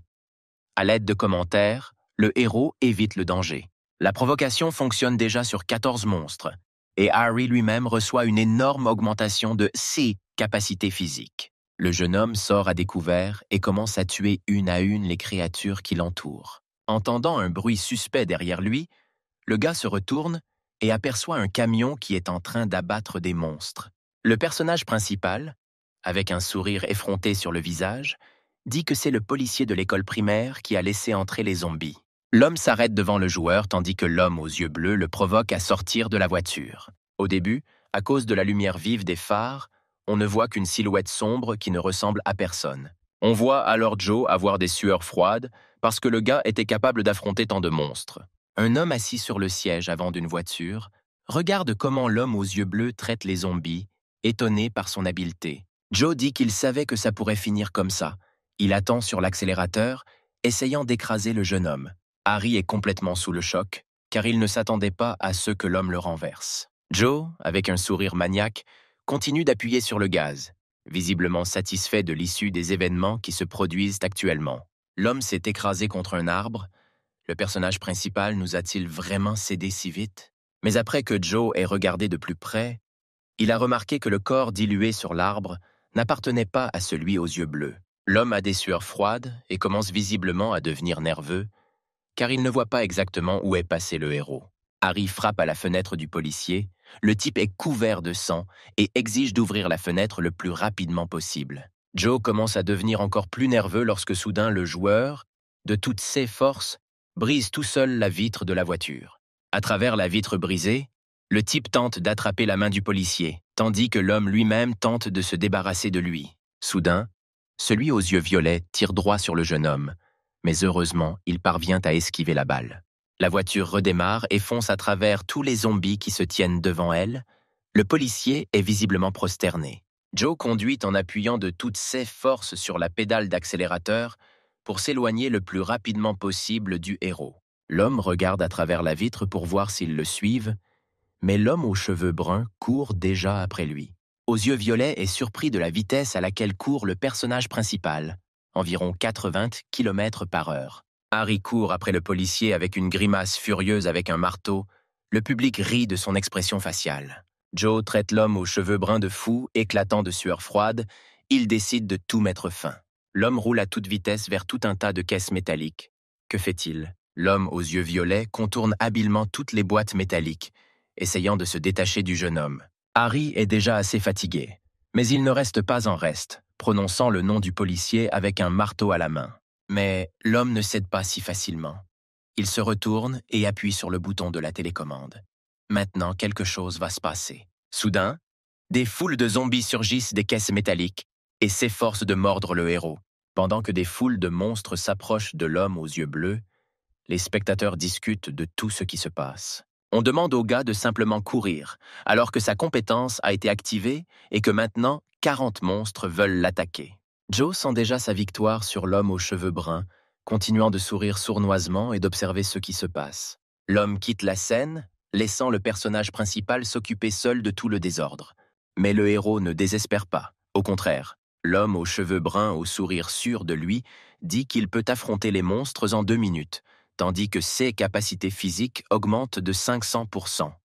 Sans perdre de temps, Harry met déjà un marteau dans la bouche d'un des zombies, lui transperçant le haut de la tête. Le monstre s'envole grâce à la force que le jeune homme y met, le sang jaillissant de partout. L'homme aux cheveux bruns devient de plus en plus en colère, ne s'arrêtant pas une minute, continuant à tuer des créatures. On voit alors la silhouette du personnage principal couvert de sang, dominant un tas de zombies morts. Yeux Bleu n'a peur que parce que le temps de son talent est compté et qu'il n'y a pas moins de monstres. C'est alors que le jeune homme remarque la voiture de Joe, qui n'a apparemment pas encore quitté les lieux. D'abord, il décide de s'occuper de celui aux yeux violets et ensuite seulement du reste de la foule de zombies. Le héros court à toute vitesse vers la voiture du policier, voulant le rattraper au plus vite. L'homme essaie de s'éloigner le plus possible de l'homme aux cheveux bruns, car il représente un danger direct pour Joe. Le policier parle à la radio de déplacer le chef de la police de l'école primaire vers un autre endroit, mais soudain la main d'Harry se retrouve à nouveau à côté de lui. Aux yeux bleus le prend par le col et lui demande de répéter ce que l'homme vient de dire à propos du chef de la police. Joe, sans perdre de temps, cherche son arme, mais le personnage principal lui intercepte la main avec sa poigne mortelle. Le public, avec ses commentaires, explique au jeune homme comment agir. Le type intercepte également la trotteuse de l'homme, la serre durement dans la sienne, demandant au policier s'il compte sur sa victoire. Aux yeux violets et terrifié, couvert de sueur froide de peur, criant le nom du personnage principal avec peur. Le héros au sourire maniaque dit qu'il est un streamer et que 16 téléspectateurs aiment vraiment de tels spectacles. Harry pousse Joe hors du siège du conducteur et dans celui à côté de lui avec son pied, disant qu'il va maintenant conduire. L'homme cool aux cheveux bruns dit que l'homme ne fait que tout compliquer, alors que le spectateur est sous le choc. Blue Eyes trouve des menottes. Le public lui dit d'enchaîner Joe pour qu'il ne puisse définitivement pas s'échapper. Ce à quoi sourit le héros, refusant leur introduction, disant qu'à ce rythme-là, il se serrera les chevilles. En faisant demi-tour, le joueur remarque une foule de zombies qui ont déjà réussi à atteindre la voiture. Mais Harry écoute quand même les conseils du public et serre le poignet du policier au cas où. Les zombies se retournent au son du klaxon de la voiture. Ils sont déjà plus d'une quarantaine et ils sont prêts à tuer. Le gars projette les corps des monstres contre le capot de la voiture du policier à toute vitesse. L'homme aux cheveux bruns sourit à nouveau de manière décisive. Le jeune homme dit qu'il n'avait pas réalisé avant que le chef de la police était déjà à l'école. On nous montre le souvenir du joueur selon lequel l'information disait que le chef de la police était déjà à l'école. Yeux Bleu comprend qu'il n'aurait pas dû venir dans la forêt. C'est une perte d'énergie et de temps. Le personnage principal est soudainement surpris par quelque chose alors qu'il conduit sa voiture sur la route d'une école primaire. Sur la route, il aperçoit un ours en peluche portant un foulard qui marche le long de la route et se tourne vers la voiture. Harry a très peur, il ne comprend pas ce que c'est et se met à crier de surprise. Le gars renverse accidentellement un jouet qui s'éloigne de la voiture à grande vitesse et se retourne dans les airs. L'ourson polaire est jeté à terre. Il a l'air complètement pitoyable et inoffensif à première vue. L'homme aux cheveux bruns est complètement choqué par ce qu'il vient de voir, demandant au public ce que c'était exactement. Un ours en peluche avec une écharpe rouge se lève du sol, ce qui choque encore plus celui aux yeux bleus. Blue Eyes arrêta la voiture complètement sous le choc, restant assis dans une pose silencieuse sous le choc et la surprise. Nous voyons comment l'ours en peluche regarde droit dans les yeux de l'homme aux yeux bleus, alors que le gars lui-même est toujours sous le choc. Après un petit contact visuel, l'adorable monstre s'enfuit dans le fourré de la forêt. Le personnage principal ne comprend pas de quel genre de monstre il s'agissait. Le seul explique que ce monstre montre l'emplacement des coffres contenant des fournitures. En apprenant cela, Harry se redressa car une autre boîte de fournitures ne lui aurait pas fait de mal. Puis nous entendons Joe commencer à marmonner quelque chose dans son sommeil, se demandant si l'homme va bientôt se réveiller. Le joueur, comme le public, balaye cela de côté. Des commentaires commencent à apparaître sur ce que le brun va faire en ce moment. Blue-Eyed propose à ses abonnés bien-aimés deux options. Soit l'homme continue de dormir, soit il désactive à nouveau le policier avec un pistolet paralysant. Les téléspectateurs choisissent la première. C'était une illusion de choix et Harry décide d'assommer à nouveau l'homme avec un pistolet paralysant. Le policier se réveille enfin en traitant le héros de fils de pute. En effet, le type est trop cruel. Après avoir déconnecté Joe encore un moment, le personnage principal sort de la voiture à la recherche d'un ours en peluche. On y voit des petites pattes d'ours en peluche se précipiter vers un coffre de ravitaillement. Le jeune homme essaie également de suivre la peluche, en la suivant sur ses talons en se promenant dans la forêt. Au bout d'un moment, ils se retrouvent tous les deux devant un coffre de fournitures. L'ouverture du coffre coûte 5 yens, ce qui est assez cher pour un homme aux yeux bleus, d'autant plus que le coffre ne contiendra probablement pas d'armes en raison de son apparence. L'homme aux cheveux bruns doute qu'ils doivent ouvrir le coffre, tandis que les commentateurs lui disent de remonter dans la voiture. Le héros compte sur sa chance et ouvre la boîte. Le public est clairement surpris par ses actions. Du coup, le coffre se retrouve avec une lanterne rouge ordinaire. Le joueur est clairement déçu de ce résultat. Harry a des sueurs froides. Le public lui-même se moque du choix du gars, car ils lui ont dit de ne pas l'ouvrir. Aux yeux bleus décide de retourner à l'école, mais garde toujours la lanterne pour lui, la cachant dans la poche de sa veste. On nous montre une école primaire. Le garçon aux cheveux bruns lui-même espère que le patron de Chester aura pu survivre à ce gâchis. Ensuite, ils passent à la police, qui discute de la manière exacte dont les zombies auraient pu s'introduire. Les hommes sont toujours en train de nettoyer le désordre créé par les monstres. Le chef du département, Léon, s'adresse à la police et est convaincu qu'il ne s'agit pas de contrôler l'infection des citoyens. Aux yeux bleus demande aux gars de se calmer et de calmer les citoyens eux-mêmes. Dans le groupe d'hommes, un autre policier s'approche et demande une conversation privée avec le chef du service. Léon se tend, se tournant vers la voix, déjà d'humeur à avoir une conversation désagréable. Un homme a appelé le policier et a exigé que le patron soit transféré ailleurs. L'homme aux cheveux gris lui-même s'avère n'être pas aussi agréable qu'il le paraissait lors de la première rencontre. Ensuite, nous voyons les souvenirs du chef du département sur la première apparition du personnage principal. Il n'a immédiatement pas fait confiance au gars. Léon demande au policier de lui dire qu'il s'occupera lui-même du patron. Il s'avère que toute la conversation entre les flics a été entendue par le patron de Chester, complètement choqué. Le gros homme a des sueurs froides. L'homme pense qu'il y a 3 ennemis. Le patron attend que les flics se dispersent pour pouvoir enfin sortir de sa cachette au plus vite. Ensuite, nous voyons le gros homme sortir de sa cachette en courant et se précipiter pour tout raconter au personnage principal. Un groupe de policiers est surpris de voir le génie que Joe a emmené en voiture jusqu'à l'école primaire. La voiture est déjà garée et les flics s'approchent avec des lampes de poche, vérifiant qui se trouve dans la voiture.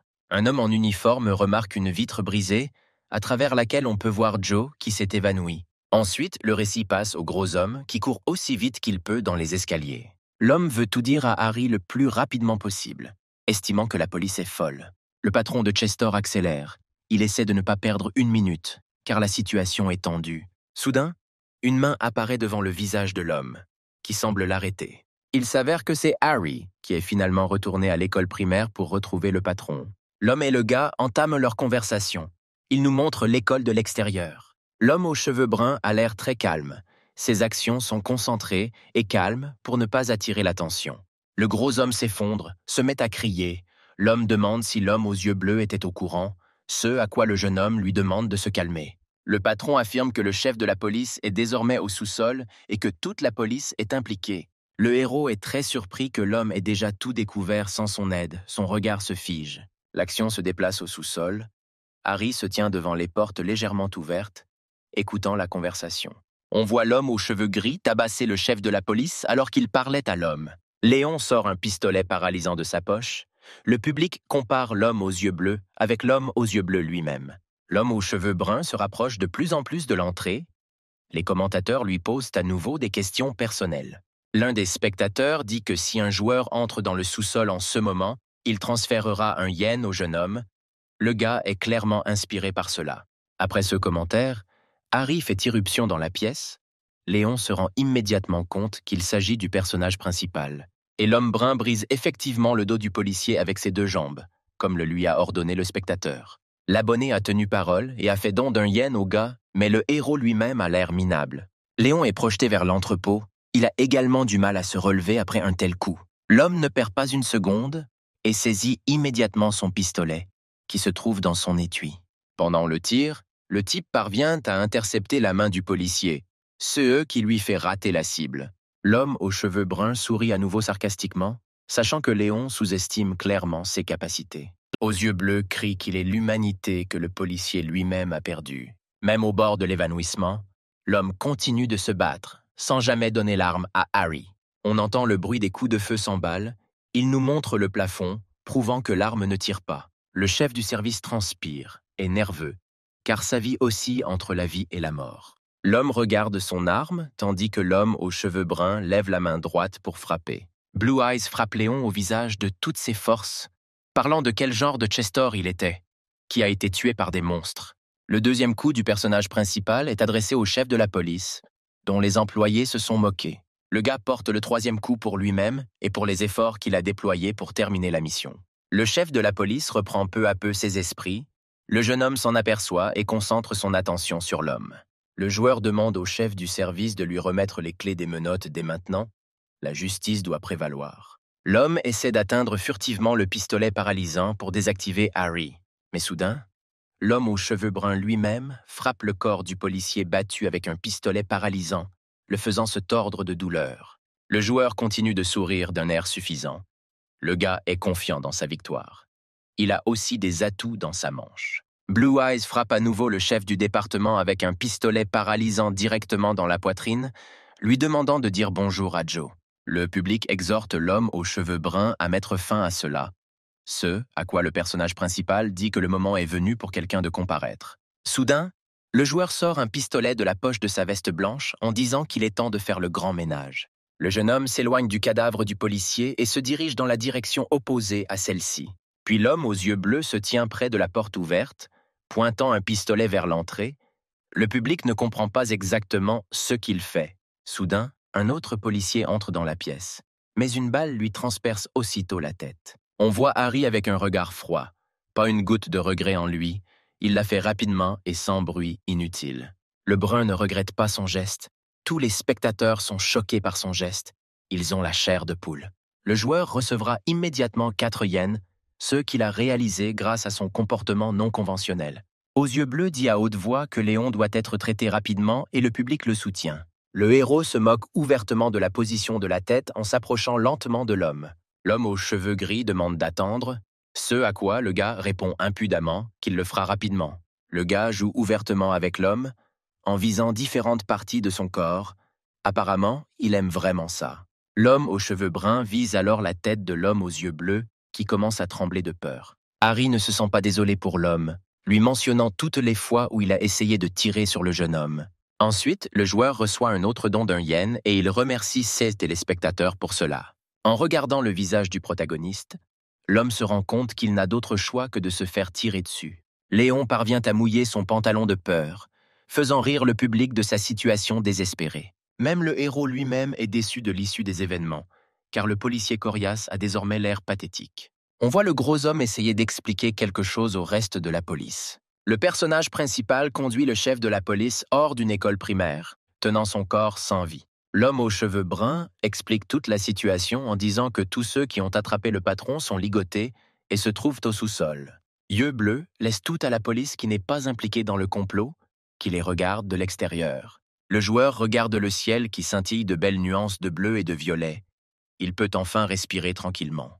Avec sa voix, le jeune homme appelle une fenêtre d'information, regardant le beau ciel clair. Le gars sursaute même de surprise, car la fenêtre d'information apparaît trop rapidement. La fenêtre lui dit qu'il n'est pas prudent de rester trop longtemps au même endroit, alors Harry devra partir. De nouveaux appartements apparaissent devant nous, qui à première vue semblent assez confortables de l'extérieur. Le héros est allongé sur un futon au milieu de la pièce. Le gars est content de pouvoir enfin se détendre. On voit à quel point les autres policiers sont reconnaissants envers le personnage principal d'avoir retrouvé le patron. L'homme aux cheveux bruns décide de s'installer dans ce camp, mais il continue de se souvenir de la fenêtre. Le jeune homme ne peut pas rester ici longtemps. Yeux bleus discute de la proposition elle-même, réfléchissant longuement à ce qu'elle signifie. Le public essaie d'aider le joueur avec quelque chose, mais en même temps, lui-même ne sait pas grand-chose. Harry se rend compte que les commentateurs lui ont déjà donné tous les indices qu'ils possédaient eux-mêmes, donc ils ne disent rien de sensé. L'homme aux cheveux bruns prend son sac à dos avec lui, se lève du futon et se dirige quelque part. Le public demande la direction. Il faisait déjà nuit et le ciel se transformait en de belles couleurs pourpres au moment où l'homme aux yeux bleus arriva dans la voiture. Le chef de la police appelle le jeune homme pour lui demander s'il s'en va. Le joueur se retourne à sa voix. Le gars ne va pas encore partir, mais s'il le fait, le policier l'équipera en ravitaillement. L'homme est sincèrement reconnaissant au héros de l'avoir sauvé, car ce n'était pas une tâche facile. On nous montre des événements passés, comment l'homme aux cheveux bruns est perplexe face au fait que le patron veut seulement chasser les traîtres. Les deux hommes se tiennent derrière la grange et parlent du sort futur de ceux qui ont tenté de les tuer. Le patron ne veut pas les tuer devant ceux qui les considéraient comme ses alliés. C'est trop cruel. Le héros propose une aventure avec un sourire malicieux sur le visage. C'est pourquoi même le chef de la police lui-même est choqué. On voit le gars au volant de la voiture accélérer à grande vitesse, tandis que l'homme assis sur le siège avant est plus confus. Léon et Joe sont attachés derrière la voiture et courent aussi vite qu'ils peuvent pour éviter de tomber sur l'asphalte. L'homme aux cheveux bruns n'écoute pas, ajoutant de plus en plus d'essence dans la voiture, visiblement en profitant.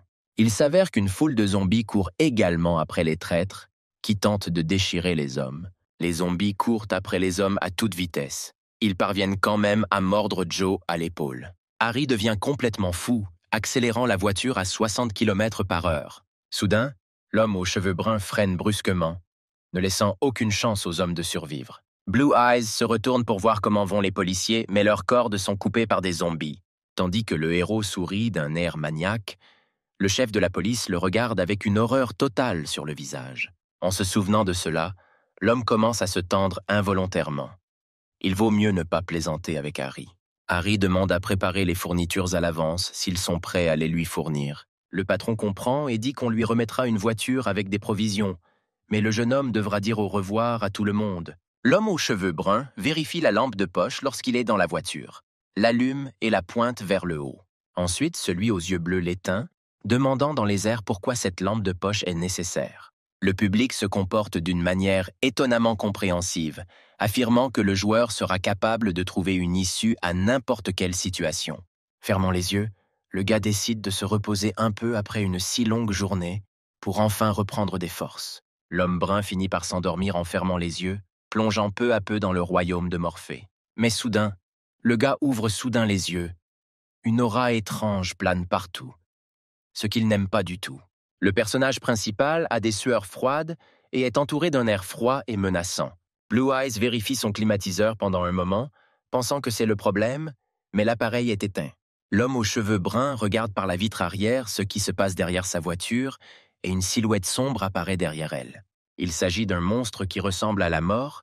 Tous les spectateurs attendent le choc. Le monstre se lève et commence à léviter, ce qui signifie que la créature est prête à attaquer. Le héros s'envole, son regard devient sauvage. Le jeune homme sent que quelque chose ne va pas. Yeux bleus enlève le frein à main de la voiture afin de quitter les lieux le plus rapidement possible. Jurant bruyamment, Harry bouge aussi vite qu'il le peut. Le brun espère ses remerciements, tandis que certains spectateurs le soutiennent, tandis que d'autres se moquent du jeune homme. Le héros sort du parking de l'école, manquant presque d'écraser la police, mais celle-ci parvient à s'écarter. Aux yeux bleus n'a pas le temps de dire au revoir à ses camarades. Mais maintenant, ce n'est plus aussi important que de lui sauver la vie.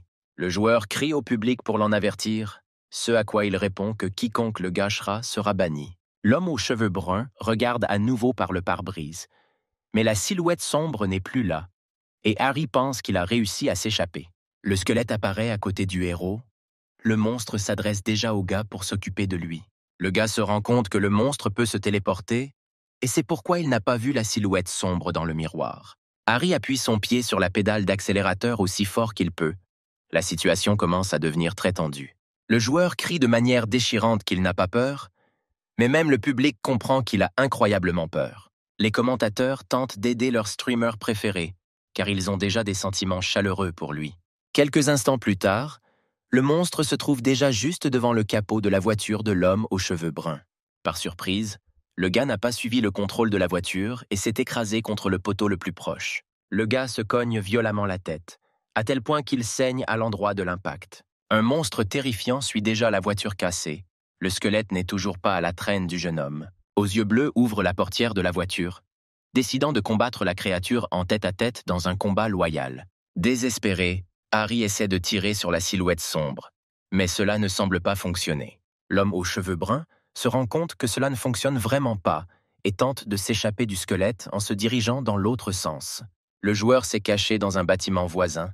Le gars essaie de reprendre son souffle après une telle poursuite, tandis que le public discute de son évasion. De la sueur apparaît sur le visage du protagoniste, du sang rouge et chaud coule de sa tête. Il n'est clairement pas dans le meilleur état. Le squelette se téléporte directement devant le jeune homme. Une bataille épique est prévue, qui se terminera sans que personne ne le sache. Le monstre attaque déjà, ouvrant sa terrible gueule et s'approchant de l'homme aux yeux bleus à grande vitesse. Le héros n'attendait que ce moment. Il sortit rapidement une lampe de poche de la poche de sa veste, commençant à éclairer le visage de la créature. Le monstre se couvre immédiatement le visage des rayons de la lampe de poche. Apparemment, il a vraiment peur de la lumière. Harry pointe alors son arme et tire sur le squelette, ce qui fonctionne étonnamment. L'homme aux cheveux bruns sort rapidement par la fenêtre du bâtiment, ce qui incite le monstre à le poursuivre. Le joueur reçoit un don d'1 yen. Le téléspectateur avec le surnom de conseiller dit qu'il donne l'argent en signe de condoléances. Le gars est très en colère contre cette remarque. C'est pourquoi il ne remarque pas le vélo juste sur son chemin. Le jeune homme se frappe le genou sur son vélo, maudissant le conseiller, tandis que le public se moque de lui. Mais l'un des commentateurs prévient à temps le héros du danger, ceux qui sauvent la vie de l'homme aux cheveux bruns. Le joueur tient toujours fermement dans une de ses mains le pistolet qu'il a reçu de la police. Commençant à fuir, le gars tire à nouveau sur le squelette par désespoir, car il ne sait pas du tout comment le tuer. Étonnamment, les balles ont touché le monstre, lui transperçant la tête. Harry s'arrêta, surpris de savoir pourquoi les balles avaient soudainement touché la créature, car elles ne l'avaient jamais touché auparavant. Le joueur ne comprend toujours pas la raison de ce comportement. Regarde ses pieds. Je pense que c'est peut-être la raison. L'homme aux cheveux bruns remarque alors une ligne claire au sol, à travers laquelle le squelette ne peut ni passer ni se téléporter. Aux yeux bleus comprend enfin la raison de telles actions, commençant à sourire malicieusement et à plisser les yeux. Le héros traverse un territoire dominé par un monstre et il ne peut pas dépasser la frontière de son territoire. L'homme aux cheveux bruns sort à nouveau son pistolet, visant la créature, criant que c'est sa dernière étape. Une autre balle ne passe pas inaperçue. Le monstre disparaît peu à peu de la vue. Harry sourit avec assurance, en voyant le monstre en enfer, et cette fois, il réussit à survivre. Après avoir agi, le jeune homme s'éteint immédiatement, apparemment par impuissance, car combattre un tel monstre est difficile. Il laisse tomber l'arme de ses mains, mauvais signe.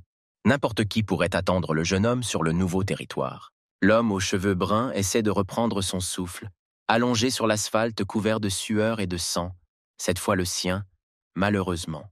Aux yeux bleus tourne son regard sur le côté, rencontrant à nouveau quelque chose de familier dans les rues de la ville. Nous voyons une mystérieuse ruelle sombre d'où jaillit un flux de lumière, comme si quelqu'un éclairait une lampe de poche. La lumière s'éteint soudainement, et tout est peint dans les tons sombres de la nuit menaçante.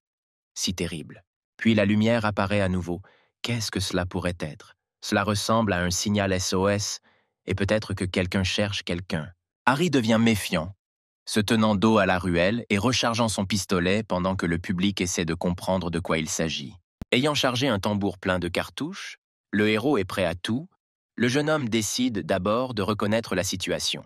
Il s'agissait bien du code Morse, comme le dit lui-même l'homme aux cheveux bruns, maniant magistralement l'arme. Le public soutient le gars en lui disant d'avancer « On voit des baskets », ce qui veut dire que le propriétaire de la lampe torche est une personne. Harry crie à l'étranger qu'il doit s'arrêter, ce à quoi l'homme crie de surprise. Le regard du gars devient bénin. Il est probablement plus surpris qu'effrayé par CE qu'il voit devant lui. Il voit le nom sur l'insigne. Ian, à la fin il s'avère que c'est un homme et aussi un écolier. La silhouette d'un petit garçon aux cheveux bruns courts, aux yeux bruns et à la silhouette mince apparaît devant nous. Brown Eyes demande si le héros est un policier, ce à quoi le public rit de sa question. L'homme aux cheveux bruns demande si le gaz est seul, et lorsqu'il reçoit une réponse affirmative, il demande sa lampe de poche pour lui-même. Le personnage principal ne va pas faire la cérémonie et demande une seconde fois la lanterne en le menaçant avec un pistolet. Après avoir reçu la lampe de poche, Harry demande un sac à dos d'écolier, ce à quoi le public ne le traite pas de personne très gentille. Le garçon essaie de défendre ses provisions, mais le garçon aux cheveux bruns est trop autoritaire, d'autant plus qu'il a une arme à feu. Celui aux yeux bruns n'a que quelques boîtes de thon, de jambon et de ramen, en général, les mêmes que celui aux yeux bleus. L'homme aux cheveux noirs pleure presque après cela, lui demandant de le laisser enfin partir, car il n'a rien d'autre. Mais notre personnage principal allait le déshabiller jusqu'à la peau, en lui disant de se déshabiller aussi. Harry s'assure que le garçon n'a rien d'autre sur lui, ce qui le contrarie clairement. Même après cela, l'étudiant demande toujours de l'aide au garçon aux cheveux bruns, car il n'a nulle part où aller. Aux yeux bleus le regarde avec un regard perçant, ne faisant visiblement pas encore confiance au jeune homme. Pendant que le garçon s'habille, le gars lui pose des questions sur la façon dont il a pu survivre seul et aussi économiser 16 provisions. Le brun pense que la mauviette est une sorte d'appât. Le héros n'arrive pas à croire que le jeune homme est là tout seul. Le personnage principal demande à ses téléspectateurs de regarder l'expression du visage de l'homme aux yeux marrons lorsque celui-ci part. Yeux bleus dit qu'ils doivent se séparer, tout en prenant la lampe de poche de l'écolier. Soudain, le garçon dit que tous ses amis sont morts à sa place. C'est ainsi qu'il a pu survivre. Serrant le sac à dos contre sa poitrine, l'homme aux yeux marrons pleure, se reprochant la mort de ses amis, parce qu'il est un lâche. Le public transmet les émotions du gars, auquel Harry commence à douter de S et paroles précédentes sur l'appât. Le héros demande si cela est vrai, ce à quoi le garçon acquiesce les larmes aux yeux, car c'était la pure vérité. Harry dit que Ian peut l'accompagner. L'écolier ne peut pas croire ses paroles, demandant à nouveau. Aux yeux bleus, accepte très sérieusement d'aller plus loin avec lui, car le jeune homme n'a pas menti sur la façon dont il s'est retrouvé ici. Soudain, l'action avance. On voit comment le crapaud a déjà transpercé 2 personnes avec sa langue. On entend le cri déchirant d'un écolier, vers lequel le personnage principal lui-même se tourne pour comprendre ce qui se passe. Ian court aussi vite qu'il peut loin du géant, criant qu'ils doivent sortir de cet endroit le plus vite possible. Le personnage principal hurle de manière hystérique à cause de toute la situation, commençant à en blâmer Ian. Mais le garçon a tout compris. Il a déjà un plan. Le jeune homme insiste pour qu'il court dans la ruelle. L'homme aux cheveux bruns est visiblement très nerveux face à une situation aussi tendue, mais l'homme aux yeux marrons a tout sous contrôle. Un géant court après les gars à grande vitesse, s'écrasant contre les immeubles pendant que l'écolier explique son plan. Chocolate Hair dit qu'il ne peut y avoir aucune erreur, car il est totalement confiant dans son plan. Harry est surpris que sa pupille ait déjà mémorisé la route et puisse s'y retrouver pendant que le géant rattrape son retard. Les héros courent jusqu'à la route où se déroulaient des travaux routiers, mais le monstre a failli attraper l'aîné avec ses dents. Mais soudain, le géant trébuche et son pied tombe dans un rebord avec des tuyaux qui n'étaient pas si loin. Le joueur court aussi vite qu'il peut depuis les dents du monstre jusqu'à ce qu'il tombe complètement dans le renfoncement. Le géant finit par tomber, sa tête s'écrasant contre les immeubles, au milieu de ces cris déchirants. Les héros ont réussi à attirer le monstre dans un piège, ceux dont ils sont très heureux, car ils ont survécu. Ensuite, les gars remarquent une sorte d'appendice rouge plus loin dans la rue, semblable à une langue. Brown Eyes prévient Harry qu'il devra esquiver lorsqu'il donnera le signal. Le garçon donne un signal et le joueur a à peine le temps d'esquiver la langue. C'est peut-être ce crapaud. Soudain, la langue du crapaud transperce le crâne du géant alors qu'il ouvre la bouche en signe d'agonie. Blue-Eyed est clairement favorable à cette issue des événements, tandis qu'Ian est complètement sous le choc et essaie de reprendre ses esprits. Le crapaud lui-même n'est pas non plus content de cette issue des événements. Il est couvert de sueur. Apparemment, il est également endommagé. À ce moment-là, le monstre mesuré attrapa la langue du Zubac, essayant de la ronger. Le personnage principal ramène le jeune homme à la raison, lui disant qu'il doit s'échapper le plus rapidement possible. L'homme aux cheveux chocolat recommence à conduire l'aîné dans les rues de la ville abandonnée. L'homme aux cheveux bruns dit que son collègue est vraiment cool. Apparemment, grâce à sa bonne mémoire, il a survécu. Mais au bout d'un moment, nous voyons les héros rouler quelque part sur un vélo et l'aîné n'a plus autant confiance en le garçon. Le jeune homme est toujours confiant dans son projet, tandis que le personnage principal a de sérieux doutes, mais le suit attentivement. Le garçon dit qu'il reste très peu de choses jusqu'au but. On voit des bâtiments abandonnés. Alors que les garçons se rendent sur place, Ian demande s'il peut poser une question à l'aîné. Brown-Eyed demande si le joueur connaît la division 7,5, après quoi le visage d'Harry change immédiatement. Aux cheveux chocolat dit qu'il a essayé d'appeler son ami, mais n'a trouvé qu'un message indiquant que la division l'avait emmené. Harry répond qu'il les connaît, mais ne sait pas qui ils sont exactement, ce à quoi l'écolier répond qu'il semble que ce soit une armée. Aux yeux bleus comprend que la situation est similaire à ce qui est arrivé à ses parents lorsqu'il est venu chez eux. Après cette petite conversation, les gars atteignirent enfin cet endroit sûr. Mais soudain, une voiture avec du sang sur le capot et un pare-brise cassé apparaît derrière les jeunes hommes. Le joueur le reconnaît comme une Jeep de l'armée. La voiture passe à toute vitesse. La voiture s'arrête brusquement et tombe en panne. Des étincelles apparaissent autour d'elle à cause d'une telle panne. Le garçon est toujours figé sur place, tandis que le personnage principal descend du vélo et est prêt à agir. L'homme aux cheveux bruns frappe sur la vitre, essayant de briser l'homme, qui ne semble pas ressembler à un zombie. Harry détermine qu'il s'agit d'un homme alors que l'homme reprend progressivement conscience. Le joueur sort le gars de la voiture en le tenant par le col de son uniforme militaire. L'homme lui-même est couvert de sueur froide. Aux yeux bleus inspecte toute la voiture, se rendant compte qu'elle n'a définitivement rien de précieux. Le nom de l'homme est Chester. Il sort un couteau en disant qu'il vaut mieux ne pas le toucher. En réponse, le héros lui fait tomber le couteau des mains avec son pied. Chester dit que le jeune homme peut prendre son couteau, mais demande que personne ne le touche. L'homme aux cheveux bruns prend le couteau du militaire par terre, disant que c'est à lui de décider s'il sera en sécurité. Harry devine que Chester est un déserteur, car que peut faire un militaire ici, surtout seul? Ce à quoi l'homme répond que tous ses autres camarades sont morts et que lui seul a pu survivre. Brown Eyes demande si cet homme est un soldat. La question semble un peu stupide. Harry souligne également que c'est évident parce qu'il porte un uniforme militaire, mais il réalise ensuite quelque chose. Le jeune homme attrape l'homme par le col de sa veste, tandis que celui-ci insiste pour le lâcher. L'homme aux cheveux bruns prend la chaîne en métal du cou de Chester dans ses mains, alors qu'il essaie de comprendre ce qui se passe. Aux yeux bleus, Le militaire demande au militaire de lui communiquer son numéro personnel, qui est inscrit sur sa chaîne. L'homme lui-même ne comprend pas de quoi le gars parle, éclatant de sueur froide à cause de la tension. Le personnage principal dit que tous les soldats se souviennent de leur numéro personnel par cœur. Il doit donc le dire. Le numéro personnel correspond, à partir duquel le héros dit que Chester a réussi à gagner plusieurs points de confiance. Ensuite, le jeune homme pose des questions sur la division 7,5 et c'est la première fois que le militaire entend parler de cela. Ian dit qu'il ne devrait pas rester dehors aussi longtemps. Il devrait vraiment y aller. L'homme aux cheveux bruns suggère simplement de franchir la clôture, mais celui aux cheveux chocolat s'inquiète un peu pour le militaire. L'homme lui-même a l'air très effrayé. L'écolier ne veut pas le quitter si facilement. Le garçon est vraiment inquiet, après quoi le militaire dit qu'il a une fissure à la jambe. Le joueur lui-même est très ennuyé par tout ce que dit l'homme, car récemment Chester a demandé de ne pas le toucher. À quoi l'homme répond qu'il pensait que le héros lui ferait du mal, puis les commentateurs s'en mêlent. Les commentateurs disent à Carrie ne l'aidera pas, ce à quoi il répond qu'il l'offense. Après que l'homme aux cheveux bruns ait franchi la clôture, il demande à l'écolier s'il peut ouvrir la porte manuellement. Blue-Eyed dit que l'électricité a été coupée, puis propose d'aider le militaire. Brown Eyes n'est que trop heureux d'aider. Il a vraiment l'intention de sauver Chester blessé. Le bâtiment dans lequel entrent les héros s'avère tout simplement immense. Il y a même quelques voitures sur le parking.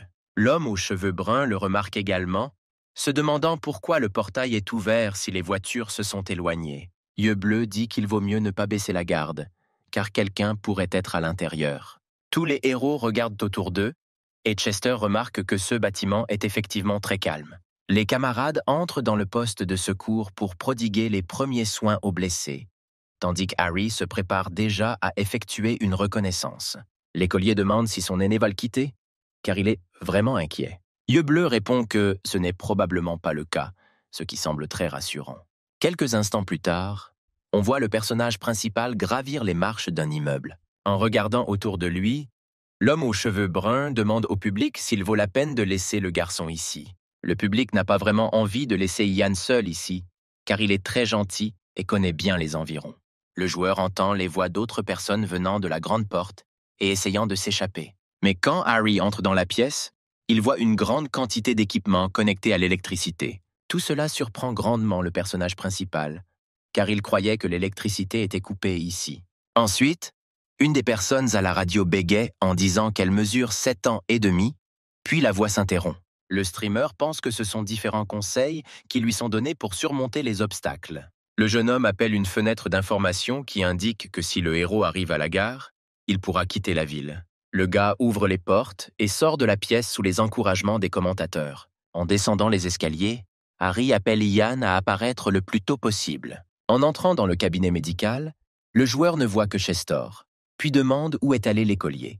L'homme répond qu'il a entendu un bruit étrange venant du sous-sol, et Ian est allé vérifier de quoi il s'agissait. Aux yeux bleus s'en prend au militaire, puis s'enfuit à la recherche de son jeune coéquipier. Mais Harry a un autre plan.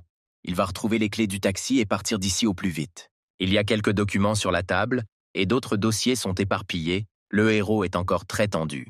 L'homme aux cheveux bruns essaie de retrouver les clés. En parle à voix haute, comme si cela pouvait vraiment l'aider. Ensuite, le joueur entend des bruits forts provenant des premiers étages du bâtiment, ceux qui le dérangent encore plus. Le gars court rapidement jusqu'au premier étage, il transpire abondamment à cause de sa précipitation, baissant les yeux. On voit Chester allongé sur le sol, mais il n'est pas mort. L'homme rapporte qu'il est tombé. Le personnage principal a déjà rassemblé ses pensées, mais l'essoufflement se fait sentir, le militaire demande de l'aide. L'homme aux cheveux bruns est très ennuyé par cela, car l'homme pose beaucoup de problèmes, à qui il parle de bruits étranges dans le sous-sol. Après quoi un son étrange et inquiétant se fait entendre à nouveau. Chester parlait-il vraiment de cela? Les deux héros ont dirigé leur regard vers le sous-sol, et des sons ont continué à s'en faire entendre. On entend des bruits de pas et de bottes gravissant les marches du sous-sol, se rapprochant de leurs camarades. L'homme aux cheveux bruns et l'infirme sont très effrayés et surpris de ceux qui se trouvent devant eux en ce moment. Un homme très effrayant apparaît devant nous, tenant un couteau sous la gorge de Ian. Mais le héros ne peut pas simplement battre en retraite, laissant le plus jeune seul en danger. Yeux Bleu tend la main avec un couteau, demandant à l'homme de reculer et de laisser partir le jeune homme. Mais l'homme ne recule pas. continuant à tenir le couteau sous la gorge du garçon alors qu'il est très inquiet. L'homme éclate de sueur, traitant l'écolier de voleur, ce qui s'est produit alors qu'Harry n'était pas là. Ensuite, le fou dit que les autres héros sont aussi des voleurs. Ils ne lui permettent pas de travailler normalement. Alors que le militaire était très confus, le personnage principal se comporte avec beaucoup de confiance. Aux yeux bleus propose à l'homme une autre version des événements. Il dit qu'ils ne sont pas des voleurs. Le joueur dit qu'ils sont venus chercher des emplois de chauffeurs qui sont si rares. Le jeune homme continue de s'en tenir à sa ligne, affirmant qu'il souhaite vraiment obtenir ce poste et prendre le volant. Curly répond qu'une interview ne ferait vraiment pas de mal. Y croyait-il vraiment? Ensuite, l'homme pose des questions sur les candidatures que les gars devaient présenter s'ils voulaient trouver un emploi. L'homme répond que sans candidature, il n'y aura pas d'entretien, car il est très occupé. Shatton dit que les déclarations ont été laissées dans une autre pièce, après avoir demandé aux militaires d'apporter d'autres papiers. Harry et l'homme frisé parvinrent à se mettre d'accord. L'homme était très heureux d'avoir des chauffeurs. Chester a apporté une déclaration.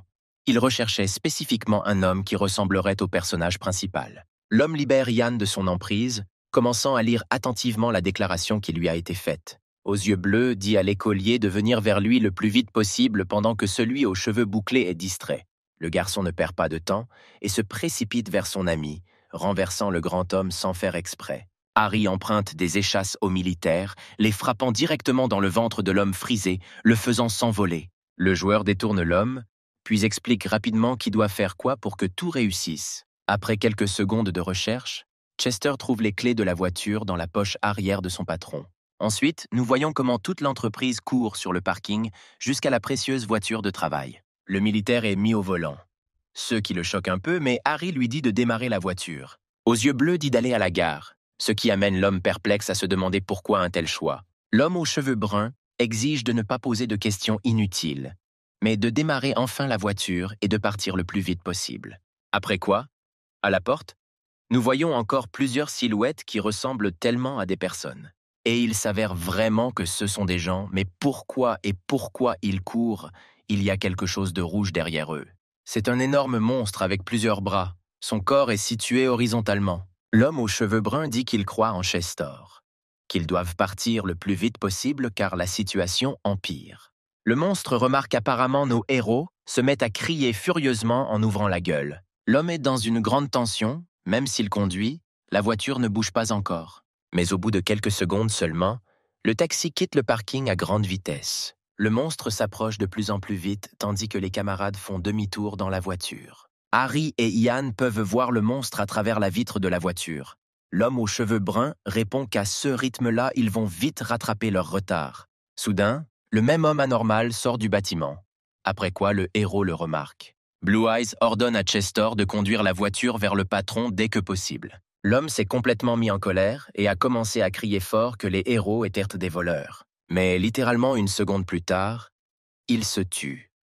Apparemment, l'homme réalisa enfin dans quelle position elle se trouvait. Curly voit la même chose arriver sur lui, suivi d'un énorme monstre laid. Le militaire se tourne rapidement vers la porte centrale, tandis que le monstre est projeté dans le bâtiment. Tous les camarades sont sains et saufs, et ils ont enfin pu échapper à cette diablesse. Après un certain temps, Chester demande si le personnage principal va vraiment profiter de cet homme. Ce à quoi le brun lui-même répond qu'il n'avait pas d'autre choix, ni sa vie, ni la leur. L'homme est très surpris d'entendre une réponse aussi honnête et directe de sa part. Ce à quoi l'homme aux yeux marrons le soutient, affirmant qu'il n'y avait vraiment pas d'autre choix. Harry voit la ligne bleue familière sur la route qui délimite les zones du jeu. La voiture franchit la ligne, puis une fenêtre contextuelle apparaît pour lui indiquer qu'elle a dépassé le point de bifurcation. Les fenêtres contextuelles suivantes vous informent que les téléspectateurs peuvent désormais définir des objectifs et payer pour ceux-ci. Le joueur se demande si les autres personnes ne peuvent pas voir cela. Ce à quoi on lui répond qu'ils ne peuvent même pas l'entendre. L'homme aux cheveux bruns fouille dans les paramètres du jeu, essaie de comprendre ce qui s'est passé et demande de l'aide au commentateur.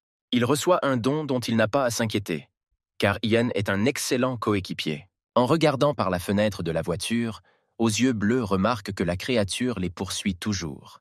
Le streamer demande si le militaire peut augmenter le gaz, ce à quoi il répond que c'est le maximum. La distance commence à diminuer progressivement, car le monstre n'est pas inférieur à la voiture en vitesse. Un garçon aux cheveux bruns demande à l'écolier s'il connaît cet itinéraire, ce à quoi il répond avec hésitation. L'homme aux cheveux chocolat subit une forte pression pour se souvenir d'elle le plus rapidement possible, ce qui le rend nerveux. Le jeune homme réalise soudain quelque chose. Se souvenait-il vraiment du parcours sur cette autoroute? Aux yeux bruns demande à se détourner, mais le militaire répond que cela réduira leur vitesse plusieurs fois. Le garçon s'effondre et se met à crier. C'est pourquoi même le personnage principal, sous le choc, demande à Chester de faire ce que le plus jeune a dit. Ian essaie d'expliquer le chemin, alors que les gars sont toujours poursuivis par un énorme monstre à grande vitesse. Les héros atteignirent la descente et commencèrent à reprendre progressivement de la vitesse, heureusement pour eux. Chester crie qu'il y a un tronçon de route avec un glissement de terrain, et nous le voyons de nos propres yeux. Mais l'écolier insiste pour que son plan soit exécuté, arguant que le crawler ne sait pas ralentir. Brown demande à ses téléspectateurs de lui confier une mission, mais ils lui disent déjà au revoir dans les commentaires. Mais quelqu'un donne quand même une mission à Harry. C'est pourquoi il arrête de pleurer et est très surpris.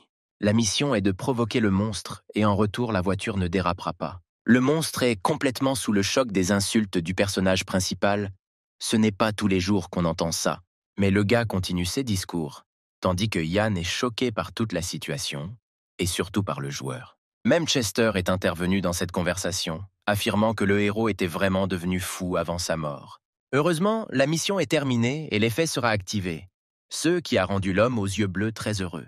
Le militaire demande à tout le monde de tenir bon, car il est temps de prendre cette route. La voiture des gars dérive beaucoup à de telles vitesses, nous espérons qu'ils survivront.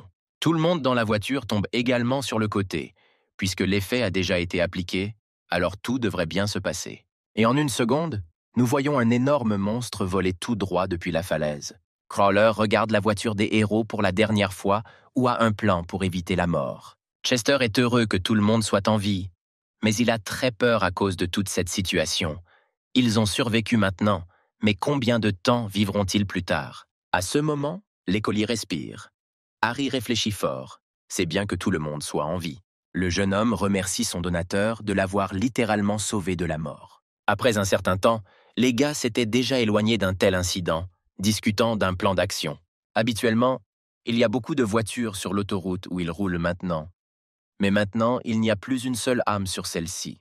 Plusieurs zombies apparaissent devant la voiture, rendant le militaire nerveux, mais le joueur est calme. L'homme aux cheveux bruns dit que pour l'instant, il détournera l'attention des monstres sur lui-même afin que 16 camarades puissent se rendre à la gare. Ian essaie de persuader l'homme aux yeux bleus, mais il insiste sur le fait qu'il peut s'en sortir tout seul. Harry commence à provoquer les monstres qui se tiennent devant lui, mais les zombies eux-mêmes sont étonnamment calmes.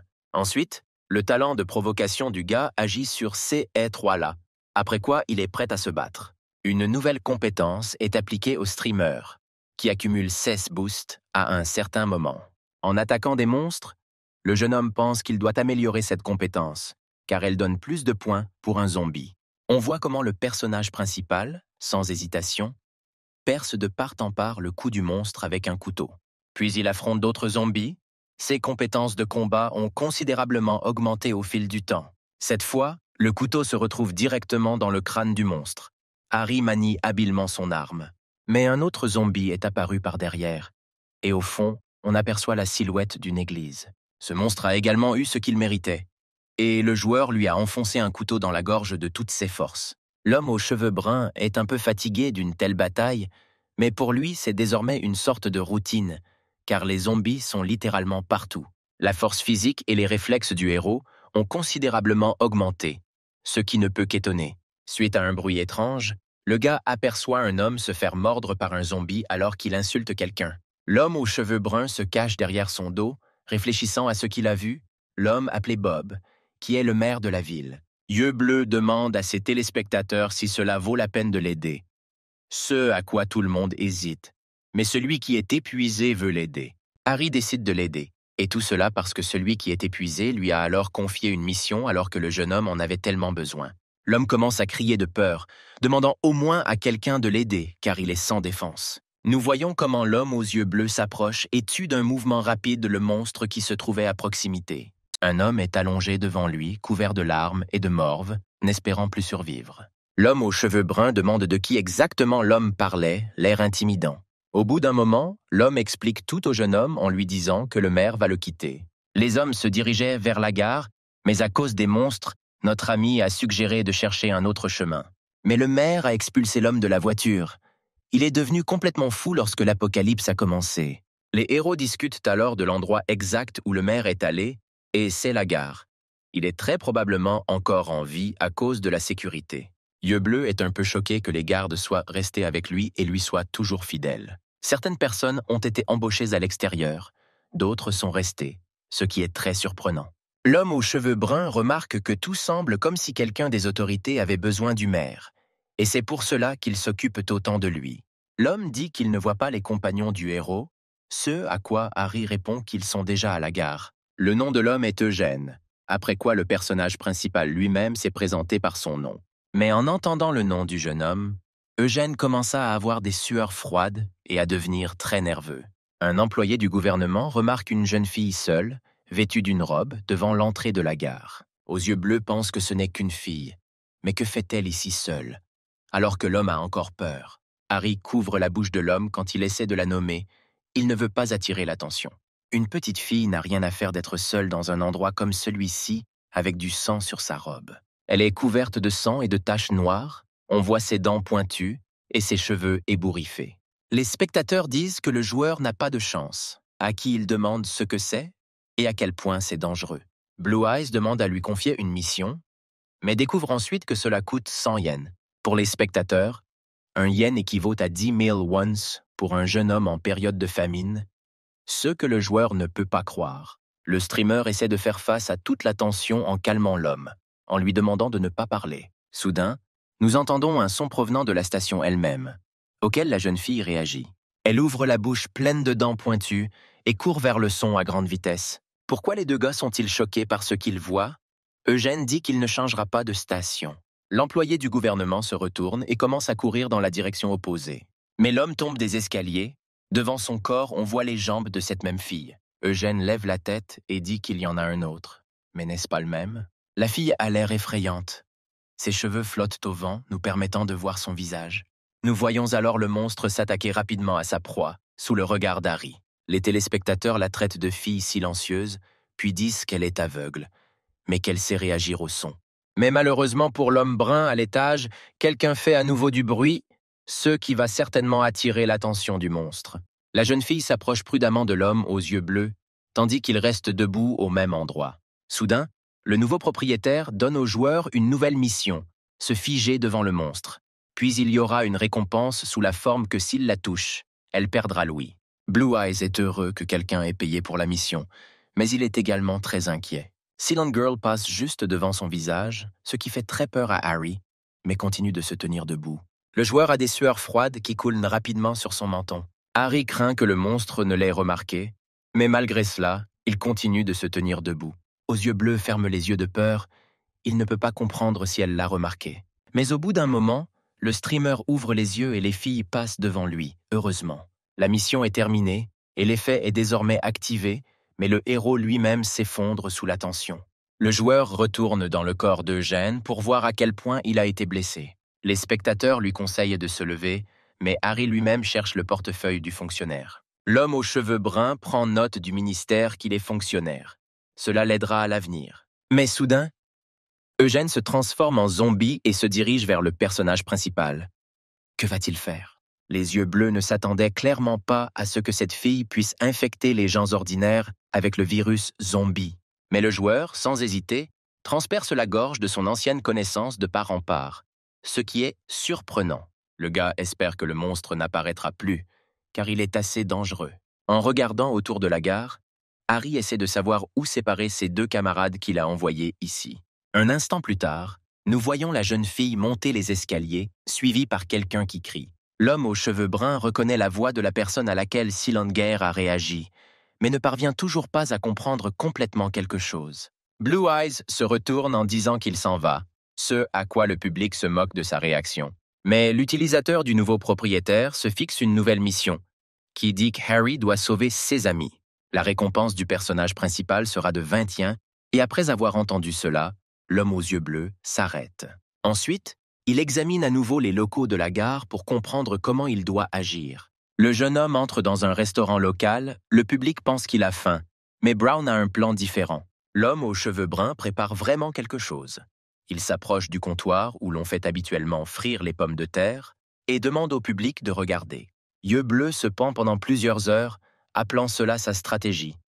Mais le public pense qu'il a perdu la tête. Nous revenons ensuite à l'écolier et aux militaires qui sont acculés par deux monstres. Mais les deux héros ont été sauvés, car le personnage principal entre dans leur chambre, prêt au combat. L'homme aux cheveux bruns allume l'une des montres, ce qui attire l'attention des monstres et déclenche la compétence de provocation.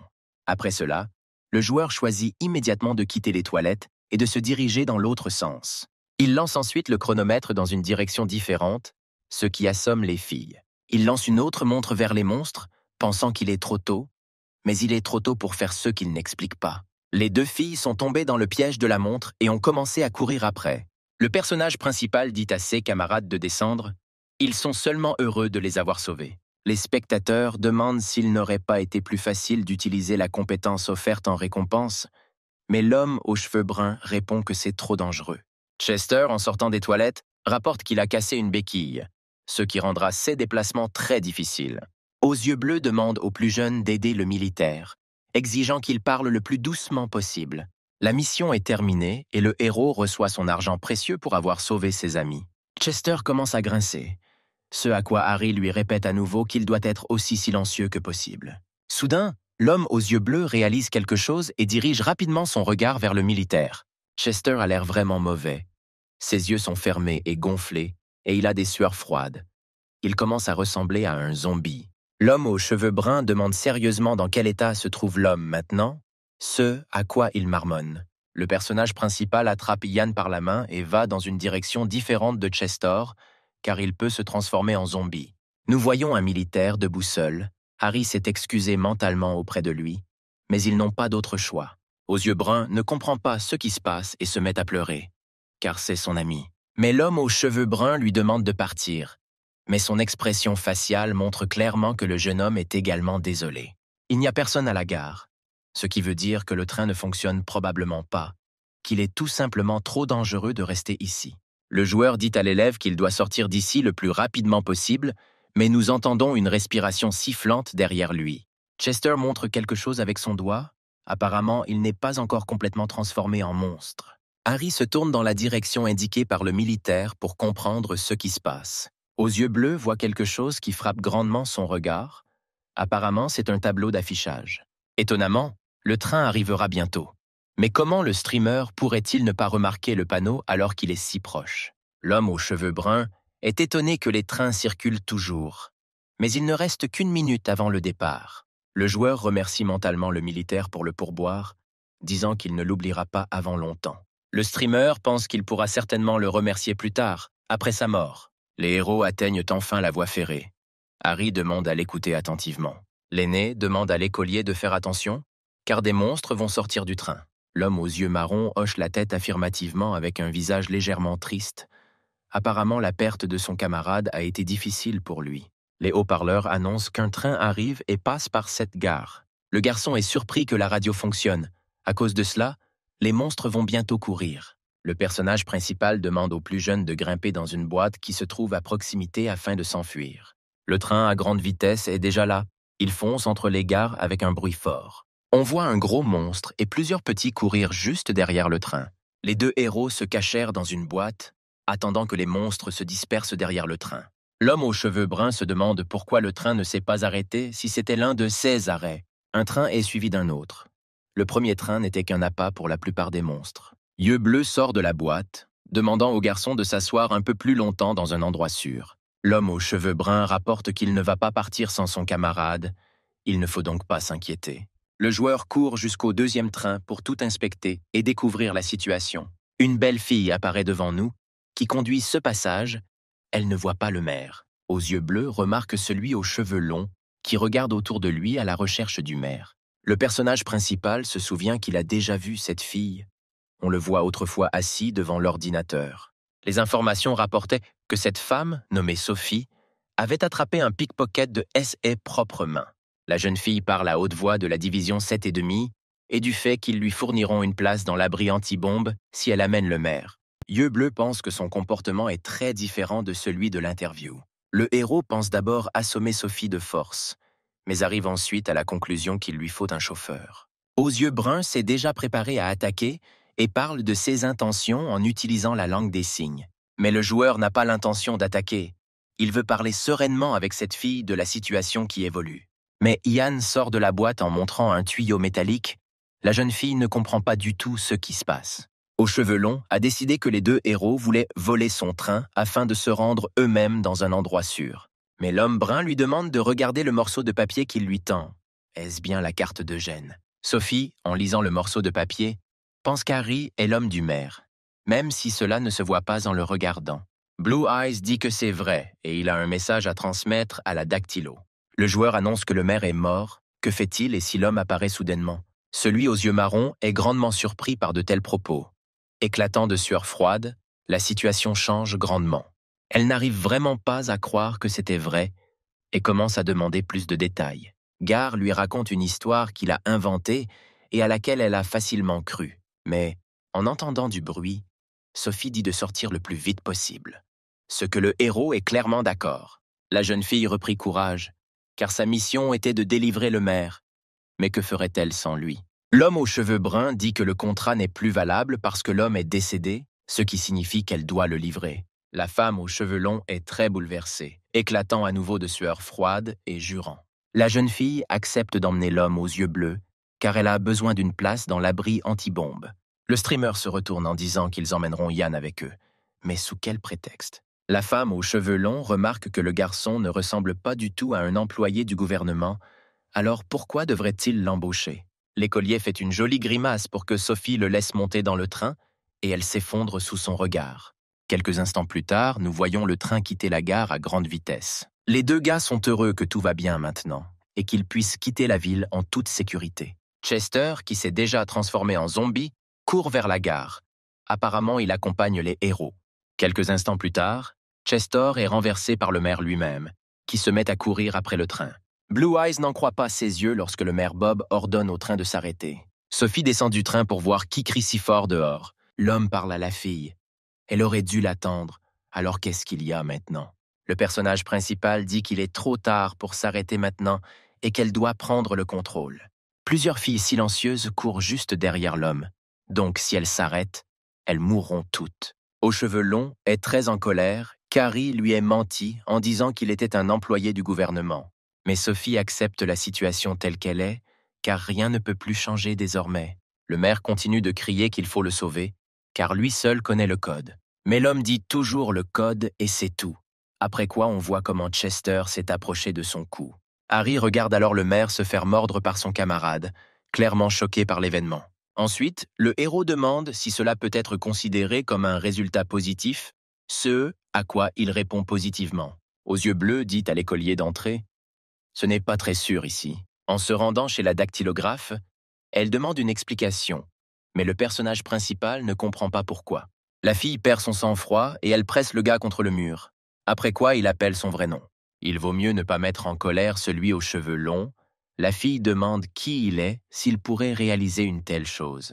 Blue Eyes dit qu'il n'est qu'un passager de ce train et qu'il ne s'est jamais présenté au domaine sur la carte de visite. Aux yeux bruns dit qu'elle va maintenant les expulser tous les deux de ce train. Après quoi le héros explique. Harry parle du sort de Gênes et de l'injustice avec laquelle le maire lui-même l'a traité. Brown dit qu'il n'avait pas d'autre choix que de mentir en disant qu'il était un employé du gouvernement.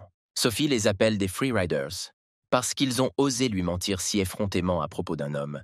Le personnage principal évoque alors l'entretien, après quoi la femme aux cheveux longs s'arrête. Blue Eyes rappelle qu'elle y dit que certains passagers peuvent être des passagers clandestins en raison d'occasions spéciales.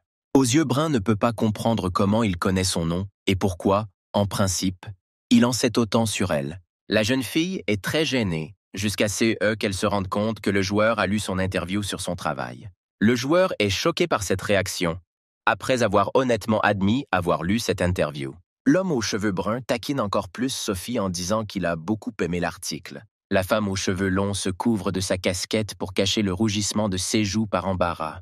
Brown Eyes se demande si le personnage principal est vraiment si mauvais. Ensuite, la jeune fille dit que rien ne peut être fait maintenant et qu'ils devront essayer d'agir ensemble. Le streamer demande si ce train va vraiment vers la ville qu'il souhaite, ce à quoi Sophie acquiesce positivement. Ensuite, Brown pose des questions sur la division 7,5, et la dactylographe les connaît. Mais pas grand-chose. La femme aux cheveux longs raconte un peu cette division. Personne ne sait rien d'eux, et ils ne communiquent que par un signal d'urgence. Il y a un petit échauffement entre les seniors, qui est autorisé dans le stack. Blue Eyes continue de parler de la division 7,5, essayant d'en savoir plus. Mais la fille elle-même ne sait rien d'eux. Elle vient de recevoir soudainement un signal de la division. L'homme aux cheveux bruns a reçu de précieuses informations, pour lesquelles il remercie la jeune fille. Young demande soudain à Harry de se retourner. Le visage de l'écolière exprime une grande peur. Très intéressé, l'homme aux yeux bleus regarde par la fenêtre du train pour voir ce qui se passe. Il y a une fille silencieuse debout devant la fenêtre du train, ce qui fait très peur aux téléspectateurs eux-mêmes lorsqu'ils commencent à écrire à ce sujet. La dactylographe se retourne pour voir ce qui se passe, mais le héros lui demande de se taire. Aux yeux bleus réfléchit à un plan d'action. Apparemment, à cause du bruit des roues, la fille ne les a pas encore remarqués. L'homme aux cheveux bruns couvre la bouche de la jeune fille avec sa main pour que le monstre ne puisse pas le remarquer et la tuer. Le joueur se voit confier une nouvelle mission dans laquelle il doit tuer un monstre en 5 minutes, puis il recevra une compétence en retour. Le streamer se plaint que 5 minutes, c'est trop court, ce à quoi les téléspectateurs disent qu'il peut le gérer. Ensuite, le jeune homme se voit confier une nouvelle tâche par un autre utilisateur, ce qui le rend très heureux. Les utilisateurs, le nouveau propriétaire et celui épuisé, commencent à jurer dans le chat du personnage principal. L'homme aux cheveux bruns lui-même est un peu choqué par cette tournure des événements, ce qui se passe du tout. Le personnage principal ne sait pas quoi faire, car auparavant il n'avait qu'un seul spectateur, et c'est la première fois qu'il rencontre un tel problème. L'homme aux cheveux bruns décide que ce n'est plus si important maintenant, puis quitte le wagon principal du train. Harry va directement vers la fille, le public le soutient, car ils ne veulent pas qu'il meure.